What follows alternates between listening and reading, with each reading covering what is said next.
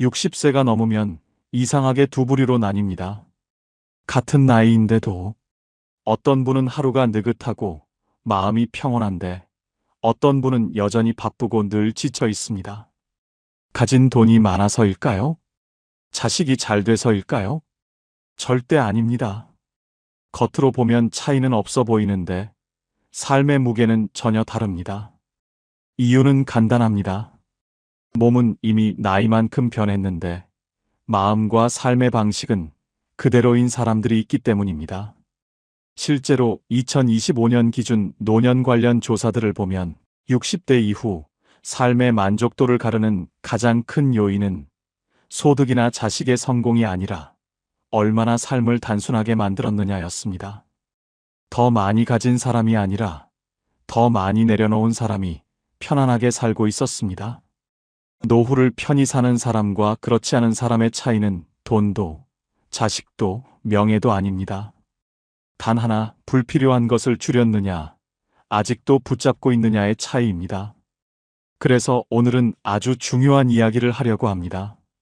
법적으로 노년은 65세부터입니다. 나라가 정한 공식적인 노인의 시작이죠. 하지만 몸은 법을 기다려주지 않습니다. 60세부터 체력은 눈에 띄게 떨어지고 회복은 느려지고 마음은 쉽게 지칩니다. 이 시기에 여전히 젊을 때 방식으로 살면 노후는 버티는 시간이 됩니다. 그래서 똑똑한 사람들은 65세를 기다리지 않습니다. 60세부터 미리 줄이기 시작합니다. 이걸 줄인 사람은 노후가 천국이 되고 못 줄인 사람은 같은 나이에도 매일이 지옥이 됩니다. 늦어도 60세부터 반드시 줄여야 하는 것들 딱 6가지만 정확하게 짚어드리겠습니다. 끝까지 들으시면 여러분은 앞으로의 노후를 어떤 방향으로 살아야 할지 분명한 기준이 생길 겁니다. 중요한 이야기 지금부터 시작합니다. 첫 번째 해야 한다는 책임 강박을 줄여야 합니다. 75세 이순자 씨는 오늘도 새벽 5시에 일어났습니다. 무릎이 욱신거려요. 어젯밤에도 파스를 붙이고 잤는데 여전히 아픕니다. 하지만 일어나야 합니다. 오늘 일요일 아들네 집에 가서 반찬을 해줘야 하거든요. 내가 안 하면 누가 하니 하면서 부엌으로 갔어요. 김치찌개 끓이고 아들이 좋아하는 밑반찬 만들고 나물 무치고 생선 구우면서 3시간을 보냈습니다. 허리가 아파서 한 번씩 허리를 펴야 했어요. 숨도 가빠졌습니다. 그래도 참았어요. 짐을 싸서 버스를 타고 아들네 집에 도착했을 때 며느리가 문을 열었습니다. 어머니, 또 오셨어요? 괜찮은데 짜증 섞인 목소리였어요. 순자 씨는 가슴이 철렁했습니다. 괜찮아. 내가 해놔야 너가 편하지 하고 웃으며 말했지만 마음은 아팠어요. 점심을 함께 먹고 집에 돌아오는 버스 안에서 순자 씨는 혼잣말을 했습니다. 내가 뭐 하는 걸까? 고마워하지도 않는데 왜 이렇게 사는 걸까? 집에 도착해서 소파에 앉았어요. 무릎이 너무 아팠습니다. 파스를 또 붙였어요. 그리고 생각했습니다. 이게 내가 바라던 노년인가? 73세 박영숙 씨는 8순이 넘은 시어머니를 모시고 있습니다. 치매가 오셔서 24시간 돌봐야 해요. 밤에도 깨서 화장실 가시는 걸 도와드려야 하고 낮에는 식사 챙겨드리고 약 챙기고 기저귀 갈아드리고 온종일 시어머니 곁을 지킵니다. 영숙 씨도 이제 몸이 안 좋아요. 허리 디스크에 고혈압까지 있습니다. 자식들이 엄마 요양원 보내시죠라고 해도 내가 안 하면 누가 하니라며 거절하세요. 어느 날 영숙 씨는 허리가 너무 아파서 병원에 갔어요. 의사 선생님이 말씀하셨습니다. 어머니, 이대로 가시면 허리 못 씁니다. 무거운 거 들지 마시고 쉬셔야 해요. 그 말을 듣고 집에 돌아오는 길 영숙 씨는 울었답니다. 나는 왜 이렇게 살까? 내 인생은 언제 편안하게 사는 걸까? 여러분도 혹시 이렇게 사시나요? 명절엔 내가 음식을 준비해야 한다. 손주 돌보는 건 내가 해야 한다. 집안일은 내가 챙겨야 한다. 부모님 재산은 내가 모셔야 한다고 생각하시나요? 60세가 넘어서도 70세가 되어서도 여전히 뭔가를 해야 한다는 생각에 사로잡혀 계신 분들이 많습니다. 그런데 이게 정말 해야 하는 일일까요? 내가 안 하면 정말 안 되는 일일까요? 대부분은 아닙니다. 내가 안 해도 다른 사람이 할 수 있고 아니면 안 해도 되는 일들이에요. 우리는 평생을 책임지며 살아왔기 때문에 책임을 내려놓는 게 익숙하지 않습니다. 특히 여성 어르신들은 더 그렇습니다. 평생을 가족을 위해 희생하며 살아오셨으니 이제 와서 손을 놓는 게 죄책감처럼 느껴지시는 거예요. 하지만 여러분, 60세 이후에 책임은 미덕이 아닙니다. 관리 대상이에요. 몸이 신호를 보내는데도 억지로 하는 건 책임감이 아니라 강박입니다. 내가 감당할 수 있는 것과 없는 것을 구분해야 하고 할 수 있어도 하지 않을 권리를 행사해야 합니다. 내가 안 하니까 다른 사람들이 하게 됩니다. 내가 모든 걸 다 떠안고 있을 때는 다른 사람들이 의지만 했는데 내가 손을 놓으니까 그들도 스스로 하게 되더라는 거예요. 여러분이 안 해도 세상은 잘 돌아갑니다. 오히려 여러분이 쉬어야 가족도 성장합니다. 두 번째, 과거에 대한 후회와 원망을 줄여야 합니다. 68세 김정숙 씨는 밤마다 잠을 설칩니다. 30년 전 일이 자꾸 떠올라요. 남편이 바람을 피웠던 일, 얼마나 힘들었는지, 얼마나 배신감이 컸는지, 지금도 그 이야기를 하면 눈물이 납니다. 남편은 이미 5년 전에 세상을 떠났는데도 정숙 씨는 아직도 그 원망 속에 갇혀 있어요. 밤에 누우면 그때 일이 떠오릅니다. 왜 나한테 그랬을까? 내가 뭘 잘못했을까? 그때 내가 한마디 했어야 했는데. 그러다 보면 새벽이 됩니다. 제대로 잠을 못 자요. 낮에는 피곤하고 밤에는 또 그 생각이 떠오르고 악순환이 반복됩니다. 정숙 씨는 제게 말씀하셨어요. 선생님, 나는 그 사람한테 아직도 화가 나요. 죽었는데도 미워요. 근데 화가 나면 나는 누구한테 화내는 걸까요? 결국 나한테 화내는 거죠. 71세 최동수 씨는 젊었을 때 사업 실패로 재산을 잃은 일을 평생 후회하십니다. 그때 내가 조금만 더 신중했으면, 그때 내가 그 사람 말을 듣지 말았어야 했는데, 하시면서 지금도 그 일을 붙들고 계세요. 동수 씨의 아들이 제게 말했어요. 우리 아버지는 30년 전에 멈춰 계세요. 현재를 사는 게 아니라 과거를 사세요. 가족들이랑 밥 먹을 때도, TV 볼 때도 늘 그때 이야기를 하세요. 저희는 지겨워서 듣기 싫은데 아버지는 계속 그 이야기만 하세요. 여러분도 혹시 밤마다 이런 생각하시나요? 그때 내가 그렇게 하지 말았어야 했는데, 그 사람한테 그렇게 당하지 말고 한마디 했어야 했는데, 젊었을 때 좀 더 열심히 살았으면 지금 이렇게 안 살았을 텐데. 과거를 떠올리면 자책이 되고, 자책은 분노가 되고, 분노는 결국 무기력으로 이어집니다. 그리고 그 무기력 속에서 우리는 오늘을 잃어버려요. 과거 회상이 나쁜 건 아닙니다. 좋았던 기억을 떠올리며 미소 짓는 건 괜찮아요. 문제는 후회와 원망에 사로잡혀 현재를 놓치는 겁니다. 독일 철학자 쇼펜하우어는 이런 말을 했습니다. 인간의 고통은 대부분 이미 지나간 것에 집착하는 데서 시작된다. 정확한 말입니다. 우리가 불행한 건 과거 때문이 아니라 과거를 놓지 못하는 현재의 선택 때문이에요. 과거는 이미 지나갔습니다. 아무리 후회해도 바꿀 수 없어요. 아무리 원망해도 그 사람은 변하지 않습니다. 그런데 우리는 왜 계속 과거를 붙들고 있을까요? 용서는 상대를 위한 게 아닙니다. 용서는 나를 살리는 선택이에요. 상대방이 잘못했든 안 했든 내가 원망을 붙들고 있으면 결국 아픈 건 나예요. 상대방은 아무렇지도 않은데 나만 밤마다 분노하고 괴로워하는 겁니다. 과거를 완전히 지울 순 없어요. 하지만 과거에 지배당하지 않을 순 있습니다. 과거는 기억 속에 두되 오늘은 오늘로 사는 겁니다. 세 번째, 자식 걱정을 줄여야 합니다. 70세 한명숙 씨는 매일 아침 아들한테 전화합니다. 밥 먹었니? 회사 잘 다녀오니? 요즘 힘들진 않니? 아들은 45살입니다.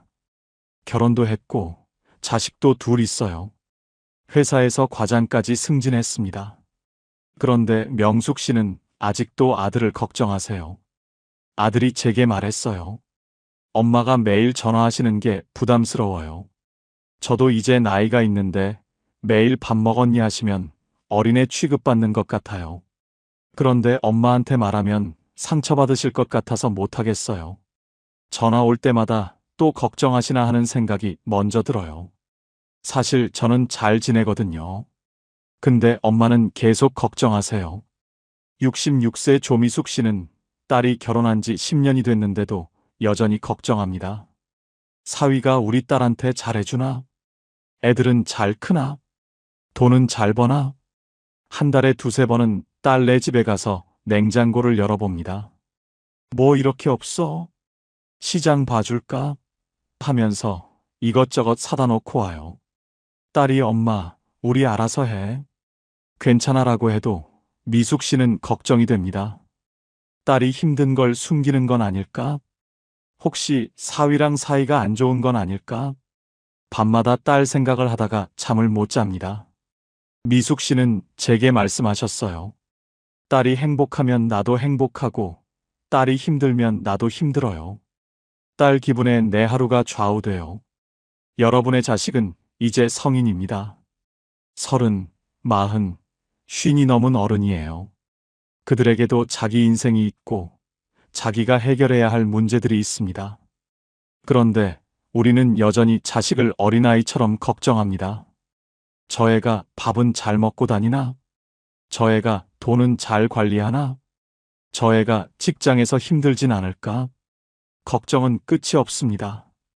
그리고 그 걱정은 전화로 이어지고, 전화는 간섭이 되고, 간섭은 자식들에게 부담이 됩니다. 자식들은 부모가 걱정하는 걸 압니다.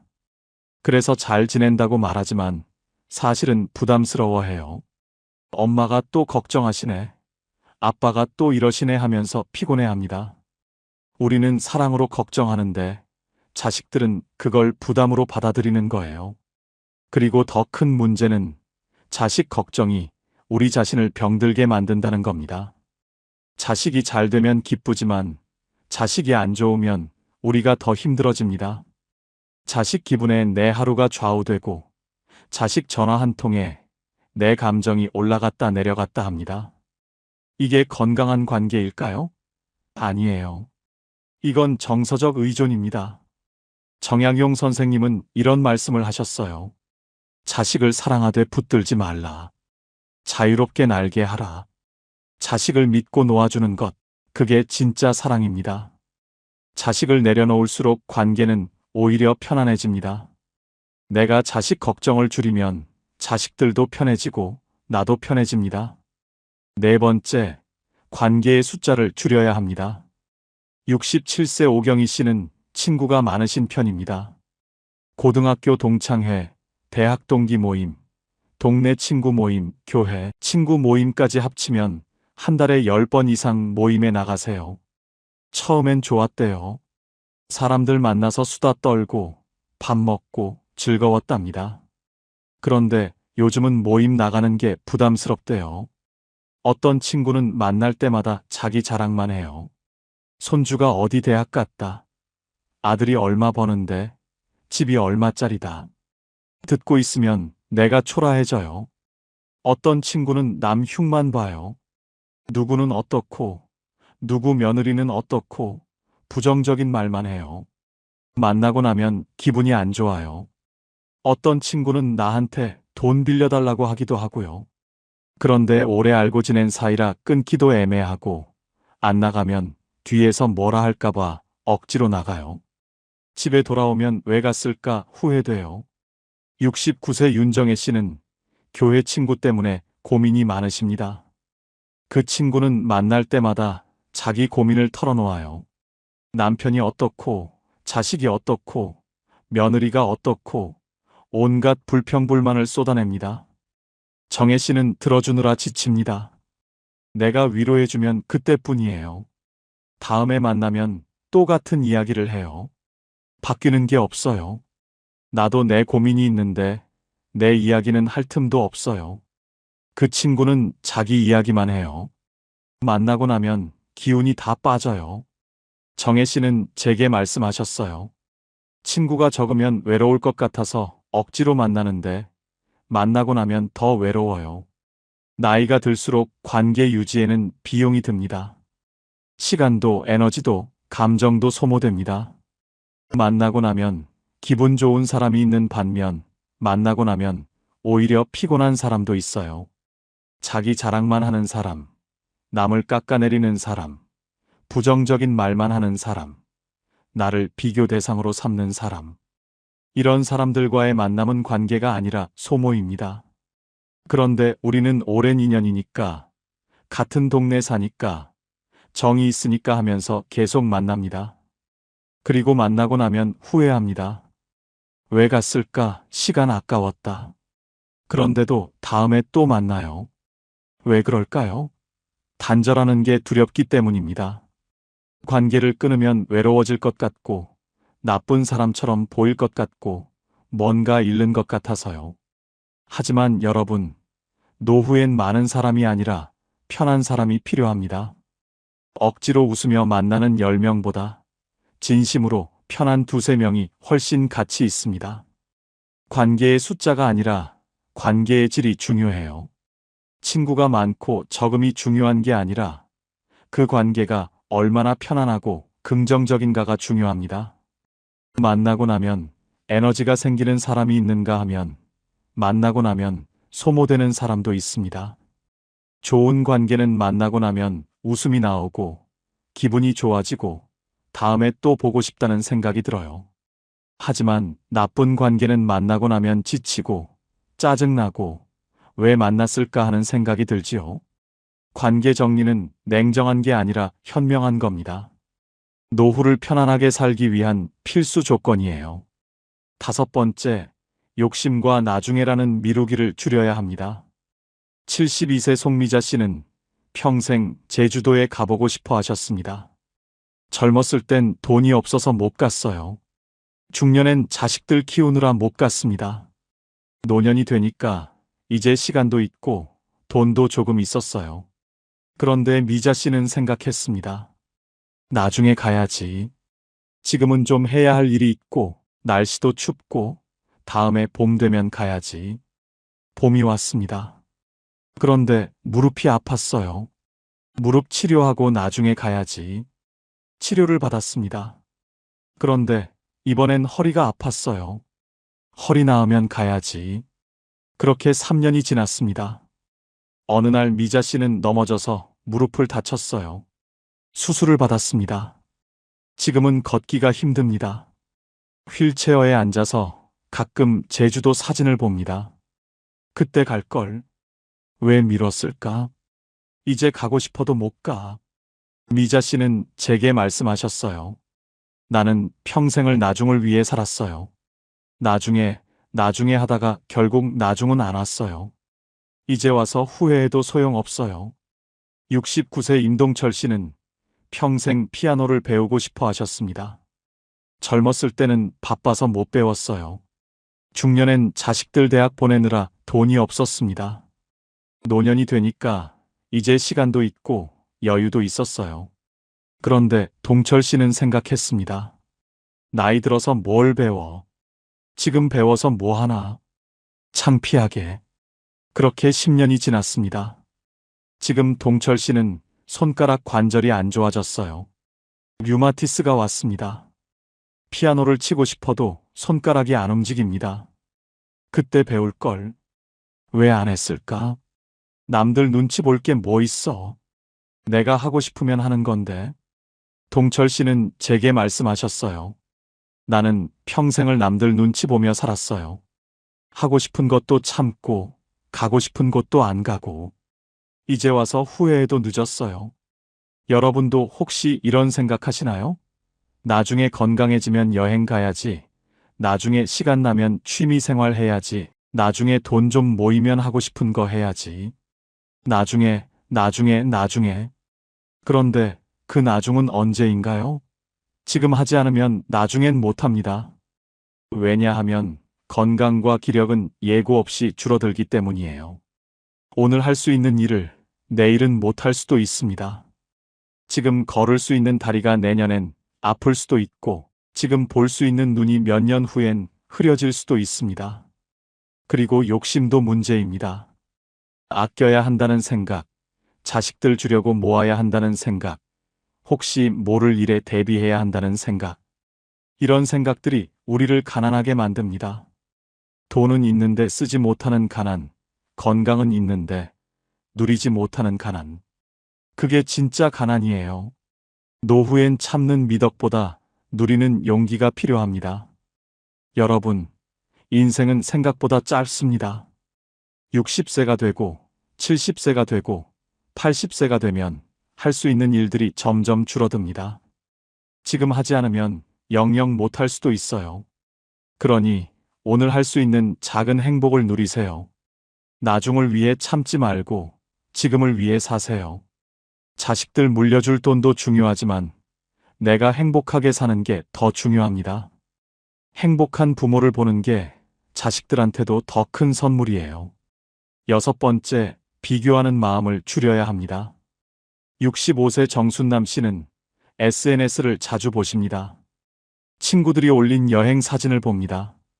제주도에 갔대요. 일본에 갔대요. 유럽 여행을 다녀왔대요. 맛있는 음식 사진을 봅니다. 호텔 뷔페에서 먹었대요. 유명한 식당에 갔대요. 손주들과 행복한 사진을 봅니다. 손주가 영어 잘한대요. 피아노 대회에서 상 받았대요. 명문 유치원에 다닌대요. 그걸 보면서 순남 씨는 자신의 삶이 초라하게 느껴진대요. 남들은 다 여행 다니는데 나는 집에만 있네. 남들은 다 맛있는 거 먹는데 나는 집에서 혼자 밥 먹네. 남들 손주는 다 잘하는데 우리 손주는 평범하네.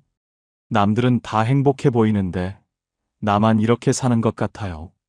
순남 씨는 제게 말씀하셨어요. SNS 보면 볼수록 내 인생이 불행해 보여요. 남들은 다 잘 사는 것 같은데 나만 가난한 것 같아요. 68세 이경자 씨는 이웃집 할머니 때문에 스트레스를 받으십니다. 그 할머니는 자식이 잘 됐어요. 아들이 의사, 딸이 변호사래요. 손주는 다 명문대 갔대요. 경자 씨는 아들이 평범한 직장인이고 딸은 주부예요. 손주도 평범하게 자라고 있습니다. 그런데 이웃집 할머니를 만날 때마다 기분이 안 좋아져요. 우리 아들이 이번에 승진했어. 우리 손주가 전교 1등 했어. 자랑만 합니다. 경자 씨는 듣고 있으면 위축됩니다. 우리 집은 평범한데 나는 왜 이렇게 살까? 집에 돌아오면 우울해집니다. 경자 씨는 제게 말씀하셨어요. 남과 비교하지 말아야 한다는 건 아는데 자꾸 비교가 돼요. 그럼 내가 불행해져요. 우리는 살면서 끊임없이 비교당하며 살아왔습니다. 학창 시절엔 성적으로, 청년 시절엔 직장으로, 중년엔 재산과 자식으로 비교당했습니다. 그리고 노년이 되어서도 비교는 계속돼요. 저 집은 자식이 잘 됐대. 저 사람은 연금을 많이 받는데 저 부부는 여행 자주 다니더라. 저 집은 손주가 명문대 갔대. 끝이 없습니다. SNS를 보면 더 심해집니다. 친구들이 올린 여행 사진, 맛있는 음식 사진, 손주들과 행복한 사진. 그걸 보면서 내 삶이 초라하게 느껴집니다. 남들은 다 행복해 보이는데 나만 이렇게 사는 것 같고 남들은 다 잘 사는 것 같은데 나만 가난한 것 같습니다. 하지만 여러분, SNS는 현실이 아니에요. 사람들은 좋은 것만 올립니다. 행복한 순간만 찍어서 올리고 힘든 순간은 숨겨요. 그러니 그걸 보고 비교하면 안 됩니다. 그건 편집된 삶이지 진짜 삶이 아니니까요. 그리고 이웃이나 친척과 비교하는 것도 마찬가지입니다. 남의 집은 겉만 보입니다. 겉으로는 화목해 보여도 속은 어떤지 모릅니다. 자식이 잘 된 것처럼 보여도 실제로는 부모랑 사이가 안 좋을 수도 있고 돈이 많아 보여도 빚이 있을 수도 있어요. 우리는 남의 겉모습만 보고 부러워하는데 실제로는 각자의 고민이 있습니다. 비교는 우리를 불행하게 만들 뿐입니다. 비교를 멈추는 순간 삶은 다시 내 것이 됩니다. 남의 삶을 부러워하며 살 게 아니라 내 삶을 살아야 합니다. 내가 가진 것을 보고 내가 누릴 수 있는 것을 누리고 내가 감사할 수 있는 것에 감사하며 살아야 해요. 그게 진짜 노후입니다. 지금까지 6가지를 말씀드렸습니다. 책임 강박을 줄이고 과거를 내려놓고 자식 걱정을 줄이고 관계를 정리하고 욕심과 미루기를 줄이고 비교하는 마음을 내려놓는 것. 이 6가지를 한 문장으로 요약하면 이렇습니다. 60세 이후엔 책임, 과거, 걱정, 관계, 욕심, 비교를 줄일수록 삶은 가벼워집니다. 무거운 짐을 내려놓을수록 우리는 더 멀리, 더 편안하게 갈 수 있어요. 여러분, 이 6가지 중에서 오늘부터 하나만 줄인다면 무엇이 가장 먼저일까요? 혹시 책임 강박인가요? 아니면 과거에 대한 후회인가요? 자식 걱정일까요? 관계 정리일까요? 욕심일까요? 비교하는 마음일까요? 무엇이든 좋습니다. 6가지를 다 한꺼번에 할 필요는 없어요. 하나만 줄여도 삶은 달라집니다. 여러분, 이미 여기까지 살아오신 당신은 충분히 잘해오셨습니다. 평생을 책임지며 살았고, 힘든 과거를 견뎌냈고, 자식을 키웠고, 수많은 관계를 유지하며 살아왔어요. 그것만으로도 대단한 일입니다. 이제는 조금 짐을 내려놓아도 됩니다. 이제는 조금 쉬어도 돼요. 이제는 나를 위해 살아도 됩니다. 60세 이후의 삶은 더 가지는 게 아니라 덜어내는 거예요. 채우는 게 아니라 비우는 겁니다. 그렇게 가벼워질수록 삶은 평온해지고 평온해질수록 행복에 가까워집니다. 오늘 이 이야기가 여러분께 작은 용기가 되었기를 바랍니다. 그리고 오늘부터 아주 작은 것 하나라도 줄이는 실천을 시작하시길 바랍니다. 천천히, 당신의 속도로, 당신의 방식으로. 오늘 이 영상이 여러분의 가슴에 와닿으셨다면 구독과 좋아요로 저희와 함께 해주세요. 그리고 댓글로 여러분의 이야기를 들려주시면 정말 기쁠 것 같아요. 3가지가 궁금합니다. 첫째, 여러분은 이 중에서 무엇을 가장 먼저 줄이고 싶으신가요? 둘째, 오늘 이야기 중 가장 공감되시는 부분은 무엇인가요? 셋째, 여러분만의 짐 내려놓는 방법이 있으신가요? 여러분 한 분 한 분 모두 평온하고 행복한 노후를 보내시길 진심으로 바랍니다. 지금까지 황금 노후였습니다. 감사합니다. 노후에 팔자 좋다는 말, 우리는 언제부터 돈 많고 자식 잘 된 사람을 떠올리게 되었을까요? 강남에 아파트 서너 채 가진 사람, 자식이 의사나 변호사인 사람, 해외여행 자주 다니는 사람. 그런 사람들을 보면서 저 사람 참 팔자 좋다고 말합니다. 하지만 정말 그럴까요? 진짜 팔자 좋은 노후는 버틸 필요가 없는 삶입니다. 누구 눈치 안 보고 누구한테 기대지 않고 혼자 있어도 무너지지 않고 오늘 하루를 스스로 채울 수 있는 삶. 그게 진짜 상팔자입니다. 오늘 이 이야기를 끝까지 들으시면 노후를 천국처럼 사는 사람들의 공통점을 분명히 알게 되실 겁니다. 옛사람들은 인생길을 걸으며 나누는 담담한 이야기를 노정한담이라고 불렀습니다. 목적지보다 그 길 위에서 나눈 말들이 더 오래 남았지요. 급하게 답을 찾으려 하지 않고 그저 걸으며 서로의 이야기를 듣고 가끔 고개를 끄덕이고 그렇게 함께 길을 걷는 것. 그게 노정한담이었습니다. 나이가 들수록 우리는 더 많은 조언보다 이해받는 이야기를 원합니다. 누군가 나를 가르치려 들기보다 내 이야기를 들어주고 그럴 수 있지요 하고 고개를 끄덕여주는 사람을 찾게 됩니다.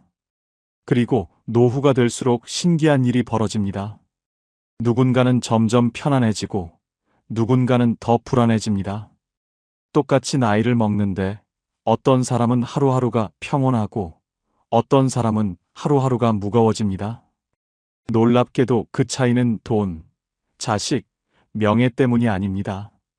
돈 많은 노인이 불안해하고 자식 잘된 노인이 외로워하고 명예 있던 노인이 초라해하는 경우를 우리는 주변에서 봅니다. 반대로 돈은 많지 않아도 평온한 노인, 자식과 자주 만나지 않아도 담담한 노인, 크게 이룬 것 없어도 당당한 노인도 있습니다. 실제 노년 상담 사례에서도 삶의 만족도를 가르는 기준은 전혀 다른 곳에 있었습니다. 재산 규모도 아니고 자식의 성공도 아니고 건강 상태도 아니었습니다. 그렇다면 무엇이 노후를 가른 걸까요? 오늘은 인생 후반길에서 만난 가장 팔자, 좋은 사람의 공통점을 노정한담처럼 조용히 나눠보려 합니다. 화려하지 않지만 살아보니 가장 중요했던 것들, 당연해 보이지만 지켜보니 가장 어려웠던 것들, 그 이야기를 시작합니다. 우리는 팔자 좋다는 말을 잘못 이해하고 살았습니다. 팔자 좋은 노후는 돈 많은 노후, 자식 잘된 노후, 건강한 노후라고 생각했습니다. 그래서 평생 돈을 모았고, 자식을 잘 키우려 애썼고, 건강을 지키려 노력했습니다. 그런데 막상 노후가 되어보니 달랐습니다. 73세 김정수 씨는 재산이 20억이 넘습니다. 서울에 아파트가 있고, 예금도 있고, 연금도 나옵니다. 돈 걱정은 없습니다. 그런데 정수 씨는 불안합니다. 밤마다 통장 잔고를 확인합니다. 이 돈으로 얼마나 더 살 수 있을까? 병원비 많이 나오면 어떡하지? 요양원 가려면 얼마나 들까? 돈이 많은데도 돈 걱정을 합니다. 자식들이 자기 재산을 노리는 것 같아서 의심하고 사기당할까봐 사람도 못 만나고 돈 쓰는 것도 아깝고 돈은 많은데 불행합니다. 정수 씨는 제게 말했습니다. 돈이 많으면 행복할 줄 알았는데 돈이 많아도 불안하더라고요. 69세 박미숙 씨는 자식이 잘 됐습니다. 아들은 대기업 임원, 딸은 의사입니다.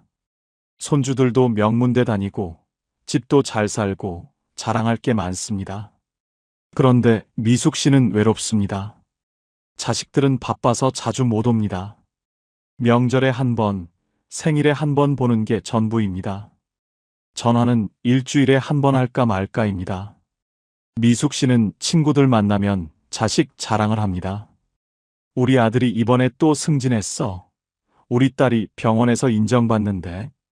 자랑은 하는데 마음은 허전합니다. 집에 돌아오면 텅 빈 집이 너무 넓게 느껴집니다. 미숙 씨는 제게 말했습니다. 자식 잘 되면 행복할 줄 알았는데 자식이 잘 돼도 외롭더라고요. 우리가 생각한 팔자 좋은 노후는 이런 게 아니었습니다. 돈 많고 자식 잘 되고 건강하면 당연히 행복할 줄 알았습니다. 그런데 실제로는 그렇지 않았습니다. 돈 많아도 불안하고 자식 잘 돼도 외롭고 건강해도 무료합니다. 그렇다면 진짜 팔자 좋은 노후는 무엇일까요? 2025년 한국보건사회연구원이 발표한 노년 삶의 질 연구 결과를 보면 노후 만족도가 높은 사람들의 공통점은 소유가 아니라 상태였습니다. 무엇을 가졌느냐가 아니라 어떤 상태로 사느냐가 중요했습니다. 팔자 좋은 노후는 많이 가진 노후가 아니라 편안한 상태로 사는 노후였습니다.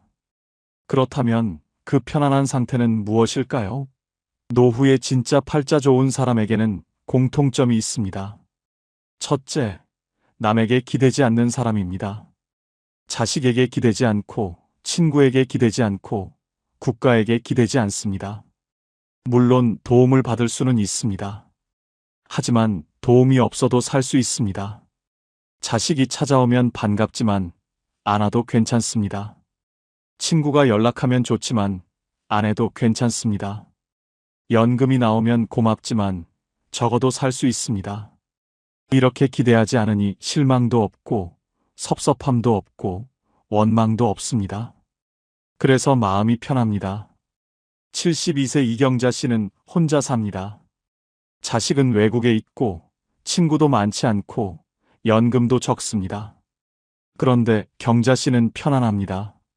나는 나만 챙기면 되니까 편해요.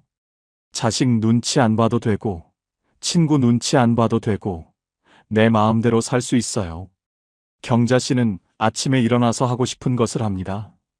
산책 가고 싶으면 가고 집에 있고 싶으면 있고 밥 먹고 싶으면 먹고 안 먹고 싶으면 안 먹습니다. 누구 눈치 안 보고 삽니다. 그게 팔자 좋은 겁니다. 둘째, 혼자 있어도 무너지지 않는 사람입니다. 혼자 있으면 외롭지만 외로움이 무너뜨리지는 못합니다. 혼자 밥 먹어도 밥맛이 나고 혼자 TV 봐도 재미있고 혼자 산책해도 기분이 좋습니다. 물론 누군가와 함께하면 더 좋습니다. 하지만 혼자여도 괜찮습니다. 혼자를 견디는 게 아니라 혼자를 즐깁니다. 70세 최동수 씨는 혼자 사는데 외로워하지 않습니다. 나는 혼자 있는 게 편해요.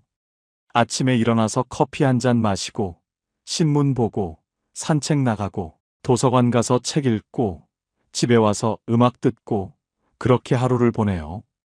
외롭다는 생각이 안 들어요. 동수 씨는 혼자 있는 시간을 즐깁니다. 누군가 필요해서 만나는 게 아니라 만나고 싶어서 만납니다. 그래서 관계가 가볍고 부담이 없고 편합니다. 그게 팔자 좋은 겁니다. 셋째, 하루를 스스로 채울 줄 아는 사람입니다. 아침에 일어나서 오늘 뭐 하지가 아니라 오늘 이거 해야지 하고 생각합니다. 거창한 계획이 아니라 작은 일상입니다. 산책 나가기, 책 읽기, 친구 만나기, 요리하기, 청소하기, 이런 작은 것들로 하루를 채웁니다. 누가 시키지 않아도 스스로 합니다. 누가 함께하지 않아도 혼자 합니다. 그렇게 하루를 채우다 보면 하루가 금방 지나갑니다. 저녁이 되면 오늘도 잘 보냈네 하고 만족합니다. 68세 윤정혜 씨는 매일 아침 계획을 세웁니다. 오늘은 산책 가고 도서관 가고 점심은 김치찌개 끓여 먹고 오후에는 드라마 보고 저녁에는 친구한테 전화하고 이렇게 하루를 계획합니다. 거창하지 않습니다. 그냥 일상입니다. 그런데 이렇게 계획하고 실천하다 보면 하루가 의미 있어집니다. 정혜 씨는 저녁에 일기를 씁니다. 오늘 산책하면서 꽃 봤다. 도서관에서 좋은 책 읽었다. 친구랑 통화했다 이렇게 적습니다. 작은 것들이지만 적고 보면 하루가 알찹니다. 그게 팔자 좋은 겁니다. 조선시대 실학자 정약용 선생은 유배지에서 18년을 보냈습니다. 가족과 떨어져 혼자 지냈습니다. 외롭고 힘들었을 겁니다. 그런데 정약용 선생은 무너지지 않았습니다. 매일 아침 일어나서 책을 읽고 글을 쓰고 제자를 가르치고 산책을 했습니다. 하루하루를 스스로 채웠습니다. 그렇게 18년을 보내고 나서 500권이 넘는 책을 남겼습니다. 정약용 선생은 이런 말씀을 하셨습니다.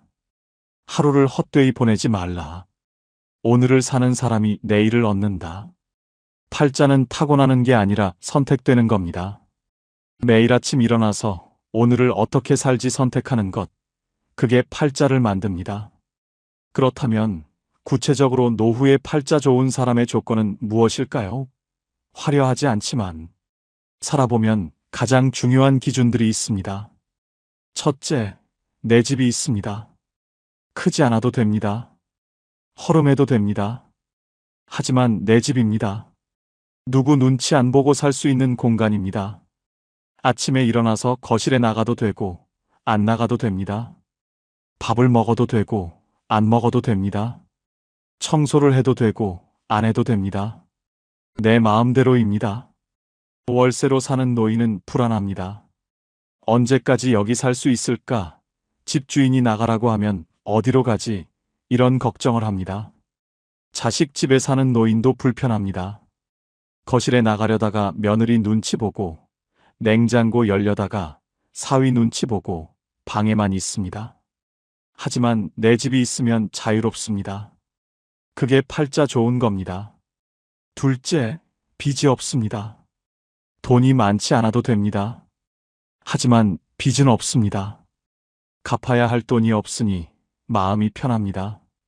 매달 이자 걱정 안 해도 되고 독촉 전화 받을 일도 없고 밤에 편하게 잠을 잡니다. 빚이 있는 노인은 잠을 못 잡니다. 밤마다 계산기를 두드립니다. 이자가 얼마지? 원금은 언제 갚지? 죽기 전에 갚을 수 있을까? 걱정이 끝이 없습니다. 하지만 빚이 없으면 편합니다. 적게 살아도 내 것이니까 편합니다.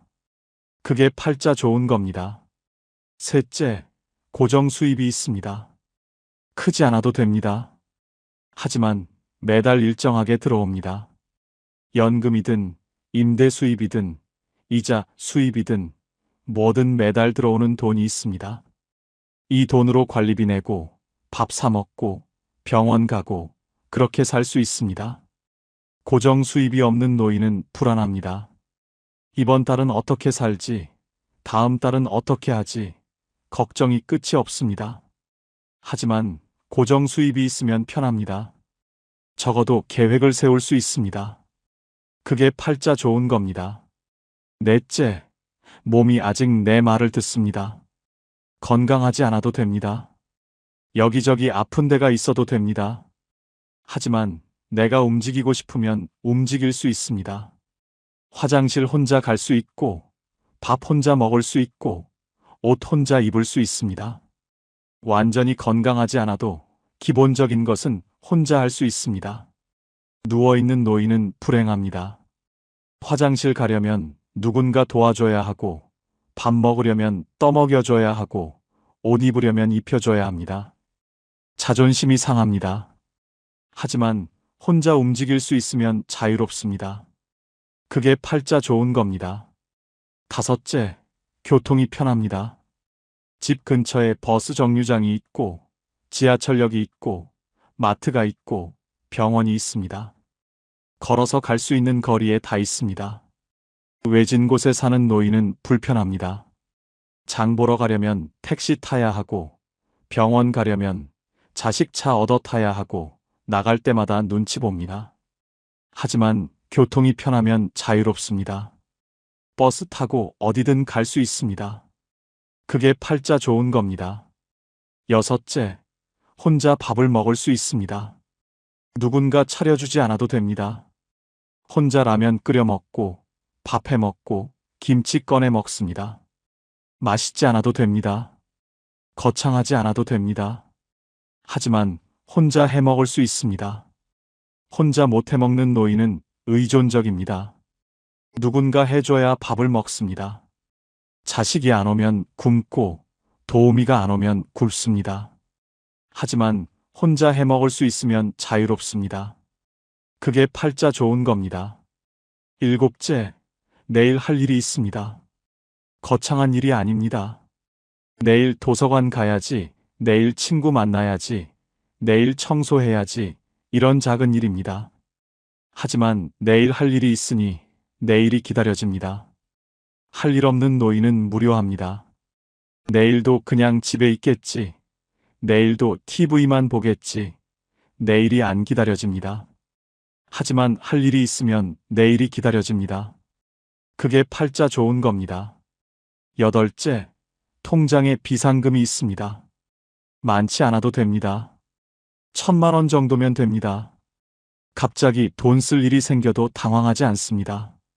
이가 아파서 치과 가야 하면 가고, 안경이 망가져서 새로 맞춰야 하면 맞추고, 보일러가 고장나서 고쳐야 하면 고칩니다. 비상금 없는 노인은 불안합니다. 갑자기 돈 쓸 일이 생기면 자식한테 손 벌려야 합니다. 하지만 비상금이 있으면 편합니다.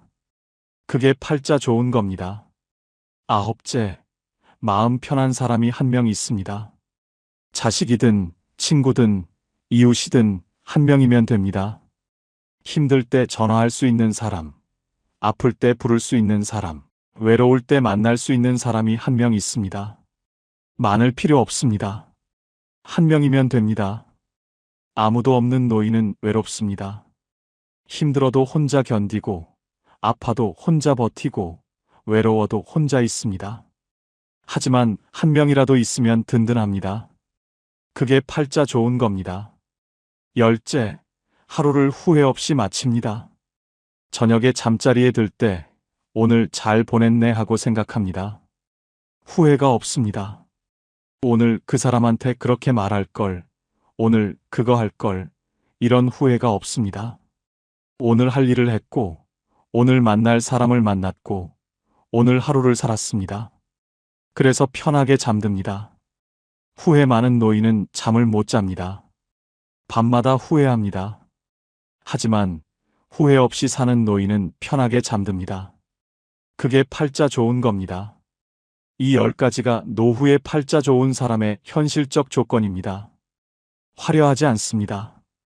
거창하지 않습니다. 하지만 살아보니 가장 중요한 것들입니다. 이 중에서 5가지만 있어도 노후는 편안합니다. 10가지 다 있으면 노후는 축복입니다. 그렇다면 이 중에서 가장 중요한 것은 무엇일까요? 노후에 가장 상팔자인 사람의 핵심 5가지를 말씀드리겠습니다. 첫째, 내 집에서 눈치 안 보고 사는 자유입니다. 집이 크든 작든, 낡든 새 것이든 내 집이면 됩니다. 아침에 일어나서 거실 나갈 때 눈치 안 봐도 되고, 냉장고 열 때 눈치 안 봐도 되고, 친구 부를 때 눈치 안 봐도 됩니다. 이게 자유입니다. 75세 김영희 씨는 30평 아파트에 혼자 삽니다. 여기가 내 집이에요. 누구 눈치 안 보고 살 수 있어요.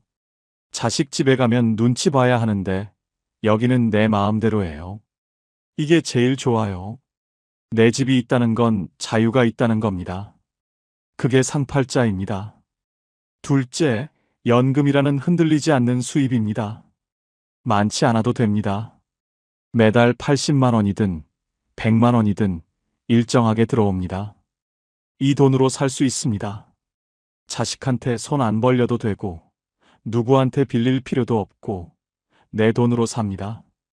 73세 박철수 씨는 연금 90만 원으로 삽니다. 많지는 않아요. 하지만 매달 일정하게 나오니까 계획을 세울 수 있어요. 이번 달에 얼마 쓸지 알고, 다음 달에도 얼마 들어올지 알고, 그게 안심이 돼요. 연금이 있다는 건 안정이 있다는 겁니다. 그게 상팔자입니다. 셋째, 혼자서도 잘 노는 능력입니다. 누군가 함께하지 않아도 즐겁습니다.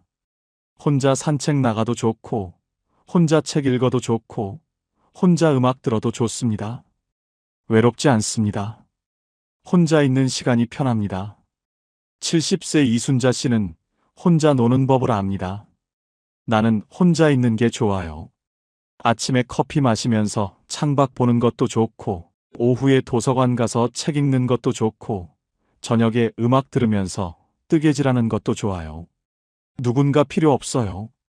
혼자 노는 능력이 있다는 건 자립이 있다는 겁니다. 그게 상팔자입니다. 넷째, 돈 걱정 없이 잠드는 밤입니다. 통장 잔고가 많지 않아도 됩니다. 하지만 빚은 없고, 내일 당장 돈 쓸 일도 없고, 편하게 잠듭니다. 저녁에 침대에 누워서 내일 뭐 먹지 생각하지, 내일 돈 어떻게 구하지 걱정하지 않습니다. 68세 최정혜 씨는 돈이 많지 않습니다. 하지만 편하게 잠듭니다. 통장에 돈이 많지는 않아요. 하지만 빚도 없고, 당장 쓸 일도 없고, 그래서 편하게 자요. 돈 걱정하면서 자는 것보다 훨씬 나아요. 편하게 잠든다는 건 마음이 편하다는 겁니다. 그게 상팔자입니다.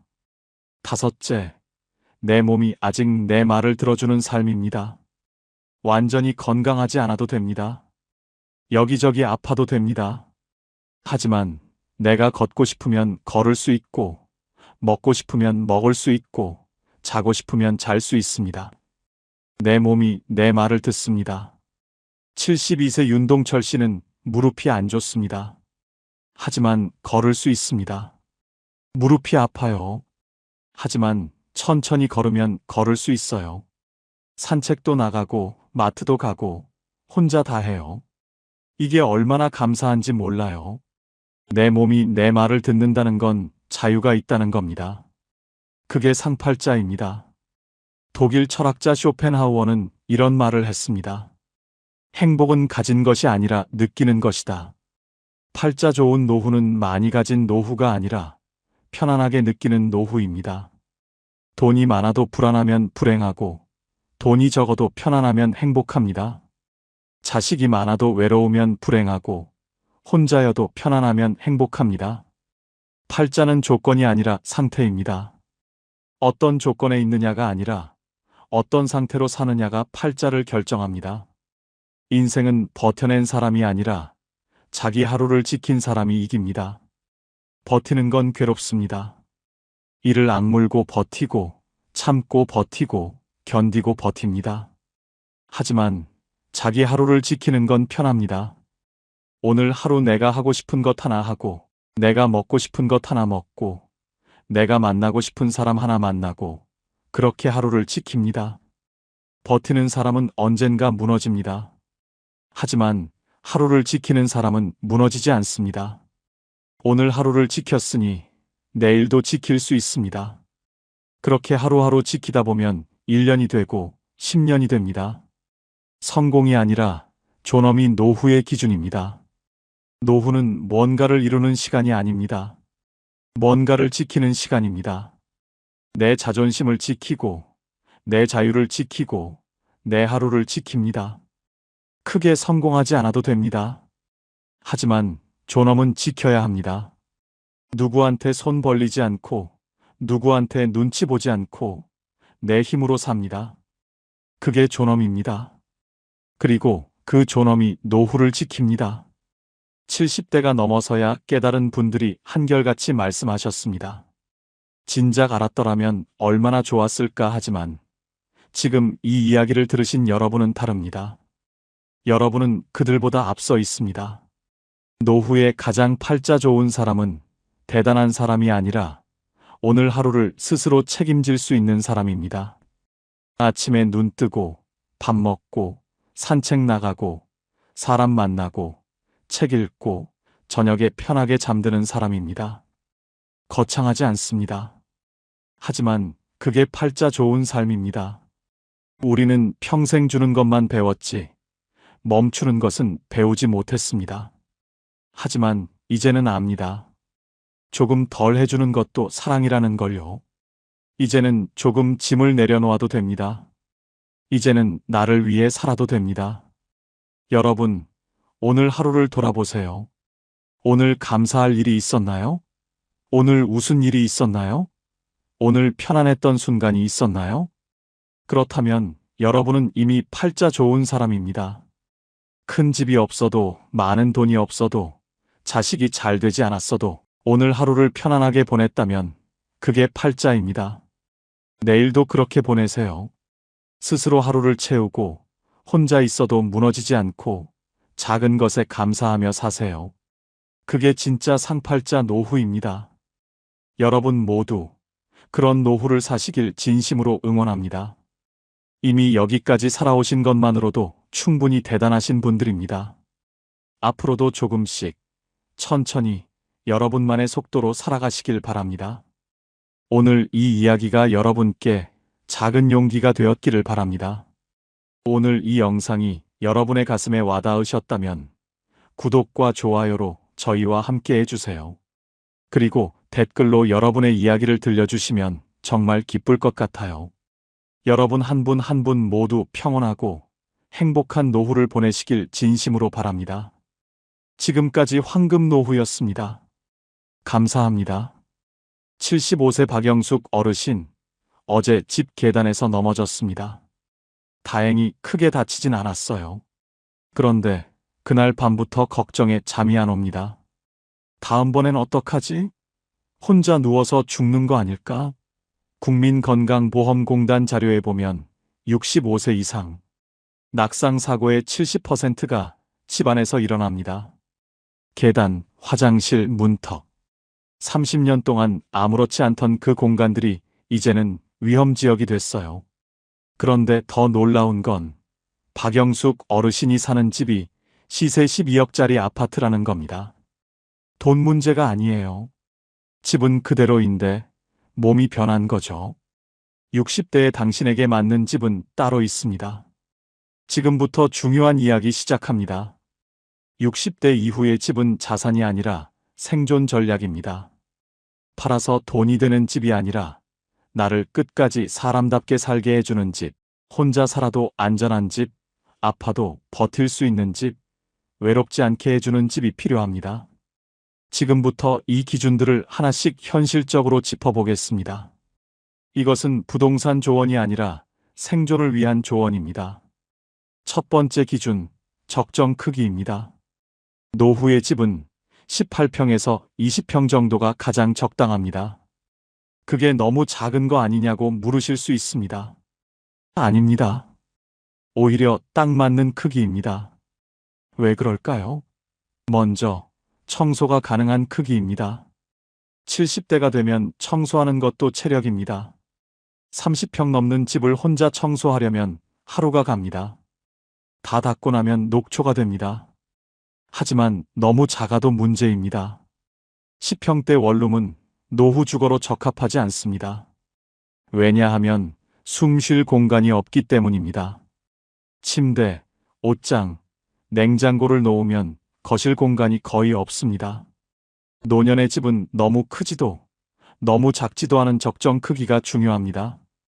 두 번째 기준, 큰 병원보다 복지관 옆입니다. 많은 분들이 착각하시는 게 있습니다. 노인은 병원 근처에 살아야지라고 생각하시면서 큰 병원 바로 옆 아파트를 알아보십니다. 하지만 이것은 잘못된 선택입니다. 왜일까요? 큰 병원 옆에 산다는 건 무의식적으로 나는 곧 아플 거야라는 메시지를 스스로에게 보내는 겁니다. 매일 아침 창문을 열면 병원이 보입니다. 구급차 소리가 들립니다. 환자복 입은 사람들이 보입니다. 이런 환경에서 살면 몸도 마음도 병들기 쉽습니다. 언제 저 병원에 실려갈까 하는 불안이 일상이 됩니다.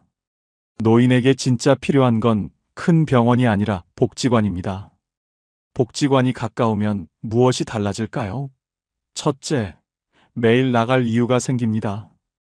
복지관에는 프로그램이 있습니다. 노래 교실, 요가, 탁구, 컴퓨터 수업, 한글 교실. 오전에는 운동하고, 점심은 복지관 식당에서 먹고, 오후에는 친구들 만나서 수다 떨고. 이렇게 루틴이 생기면 우울할 틈이 없습니다. 둘째, 사람을 만납니다. 혼자 사는 노인에게 가장 무서운 건 외로움입니다. 외로움은 치매를 부릅니다. 복지관에 가면 사람들이 있습니다. 오늘 안 보이네? 하고 찾아주는 사람이 생깁니다. 셋째, 저렴하게 먹고 살 수 있습니다. 복지관 식당은 3,000원이면 한 끼 해결됩니다. 어떤 지역은 2,000원이에요. 영양도 좋고 맛도 괜찮습니다. 혼자 집에서 라면 끓여 먹는 것보다 훨씬 낫습니다. 어느 노인복지 전문가는 이렇게 말했습니다. 노년의 강남은 복지관 근처다. 집값이 비싼 곳이 아니라 복지관이 가까운 곳이 진짜 좋은 곳입니다. 복지관 도보 10분 이내. 이게 노후 주거 1순위 조건입니다. 병원은 차 타고 20분 거리에 있어도 괜찮습니다. 어차피 아프면 택시 타고 갑니다. 하지만 복지관은 매일 가야 합니다. 슬리퍼 신고도 갈 수 있어야 합니다. 비 오는 날도 우산 들고 걸어갈 수 있어야 합니다. 그래서 복지관 옆이 중요합니다. 세 번째 기준, 자녀와는 20-30분 거리입니다. 자식들과 같이 살면 되지 않냐고 생각하실 수 있습니다. 합가의 꿈을 꾸시는 분들이 많습니다. 하지만 현실은 다릅니다. 합가는 대부분 실패합니다. 왜일까요?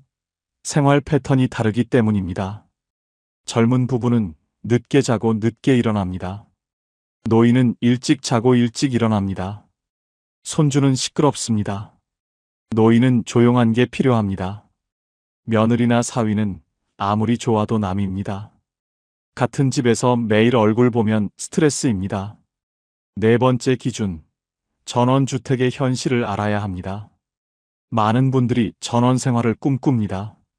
시골에서 텃밭 가꾸며 살고 싶다. 아름다운 꿈입니다. 하지만 현실은 다릅니다. 전원주택의 낭만은 짧고 노동은 깁니다. 처음 몇 달은 좋습니다. 새소리 듣고 별 보고 공기 좋고. 그런데 가을이 되면 낙엽이 쌓입니다. 누가 쓸까요? 겨울이 되면 눈이 옵니다. 누가 치울까요? 봄이 되면 잡초가 자랍니다. 누가 뽑을까요? 70대 노인이 이걸 다 감당할 수 있을까요? 힘듭니다. 그래서 방치하게 됩니다. 방치된 집은 금방 허물어집니다. 정원은 황폐해지고 집은 사가갑니다. 어느 75세 어르신은 이렇게 말했습니다. 전원주택 살면서 깨달았어요. 노년에는 경치보다 사람 소리가 필요하다는 걸. 아무리 아름다운 산이 보여도 매일 혼자 보면 의미가 없습니다. 차라리 아파트 복도에서 이웃 할머니 만나서 오늘 날씨 좋네요 하고 인사하는 게 더 좋습니다. 노년에는 자연보다 사람이 필요합니다. 고요함보다 생기가 필요합니다. 전원주택의 꿈이 있다면 70세 이전에 실현하세요. 70세 이후라면 포기하는 게 현명합니다. 다섯 번째 기준, 공원이 곧 약국입니다. 노년의 가장 중요한 약은 무엇일까요? 혈압약? 당뇨약? 아닙니다. 걷기입니다. 매일 걷는 것, 이게 최고의 약입니다. 하버드 의대 연구팀이 20년간 추적한 결과가 있습니다.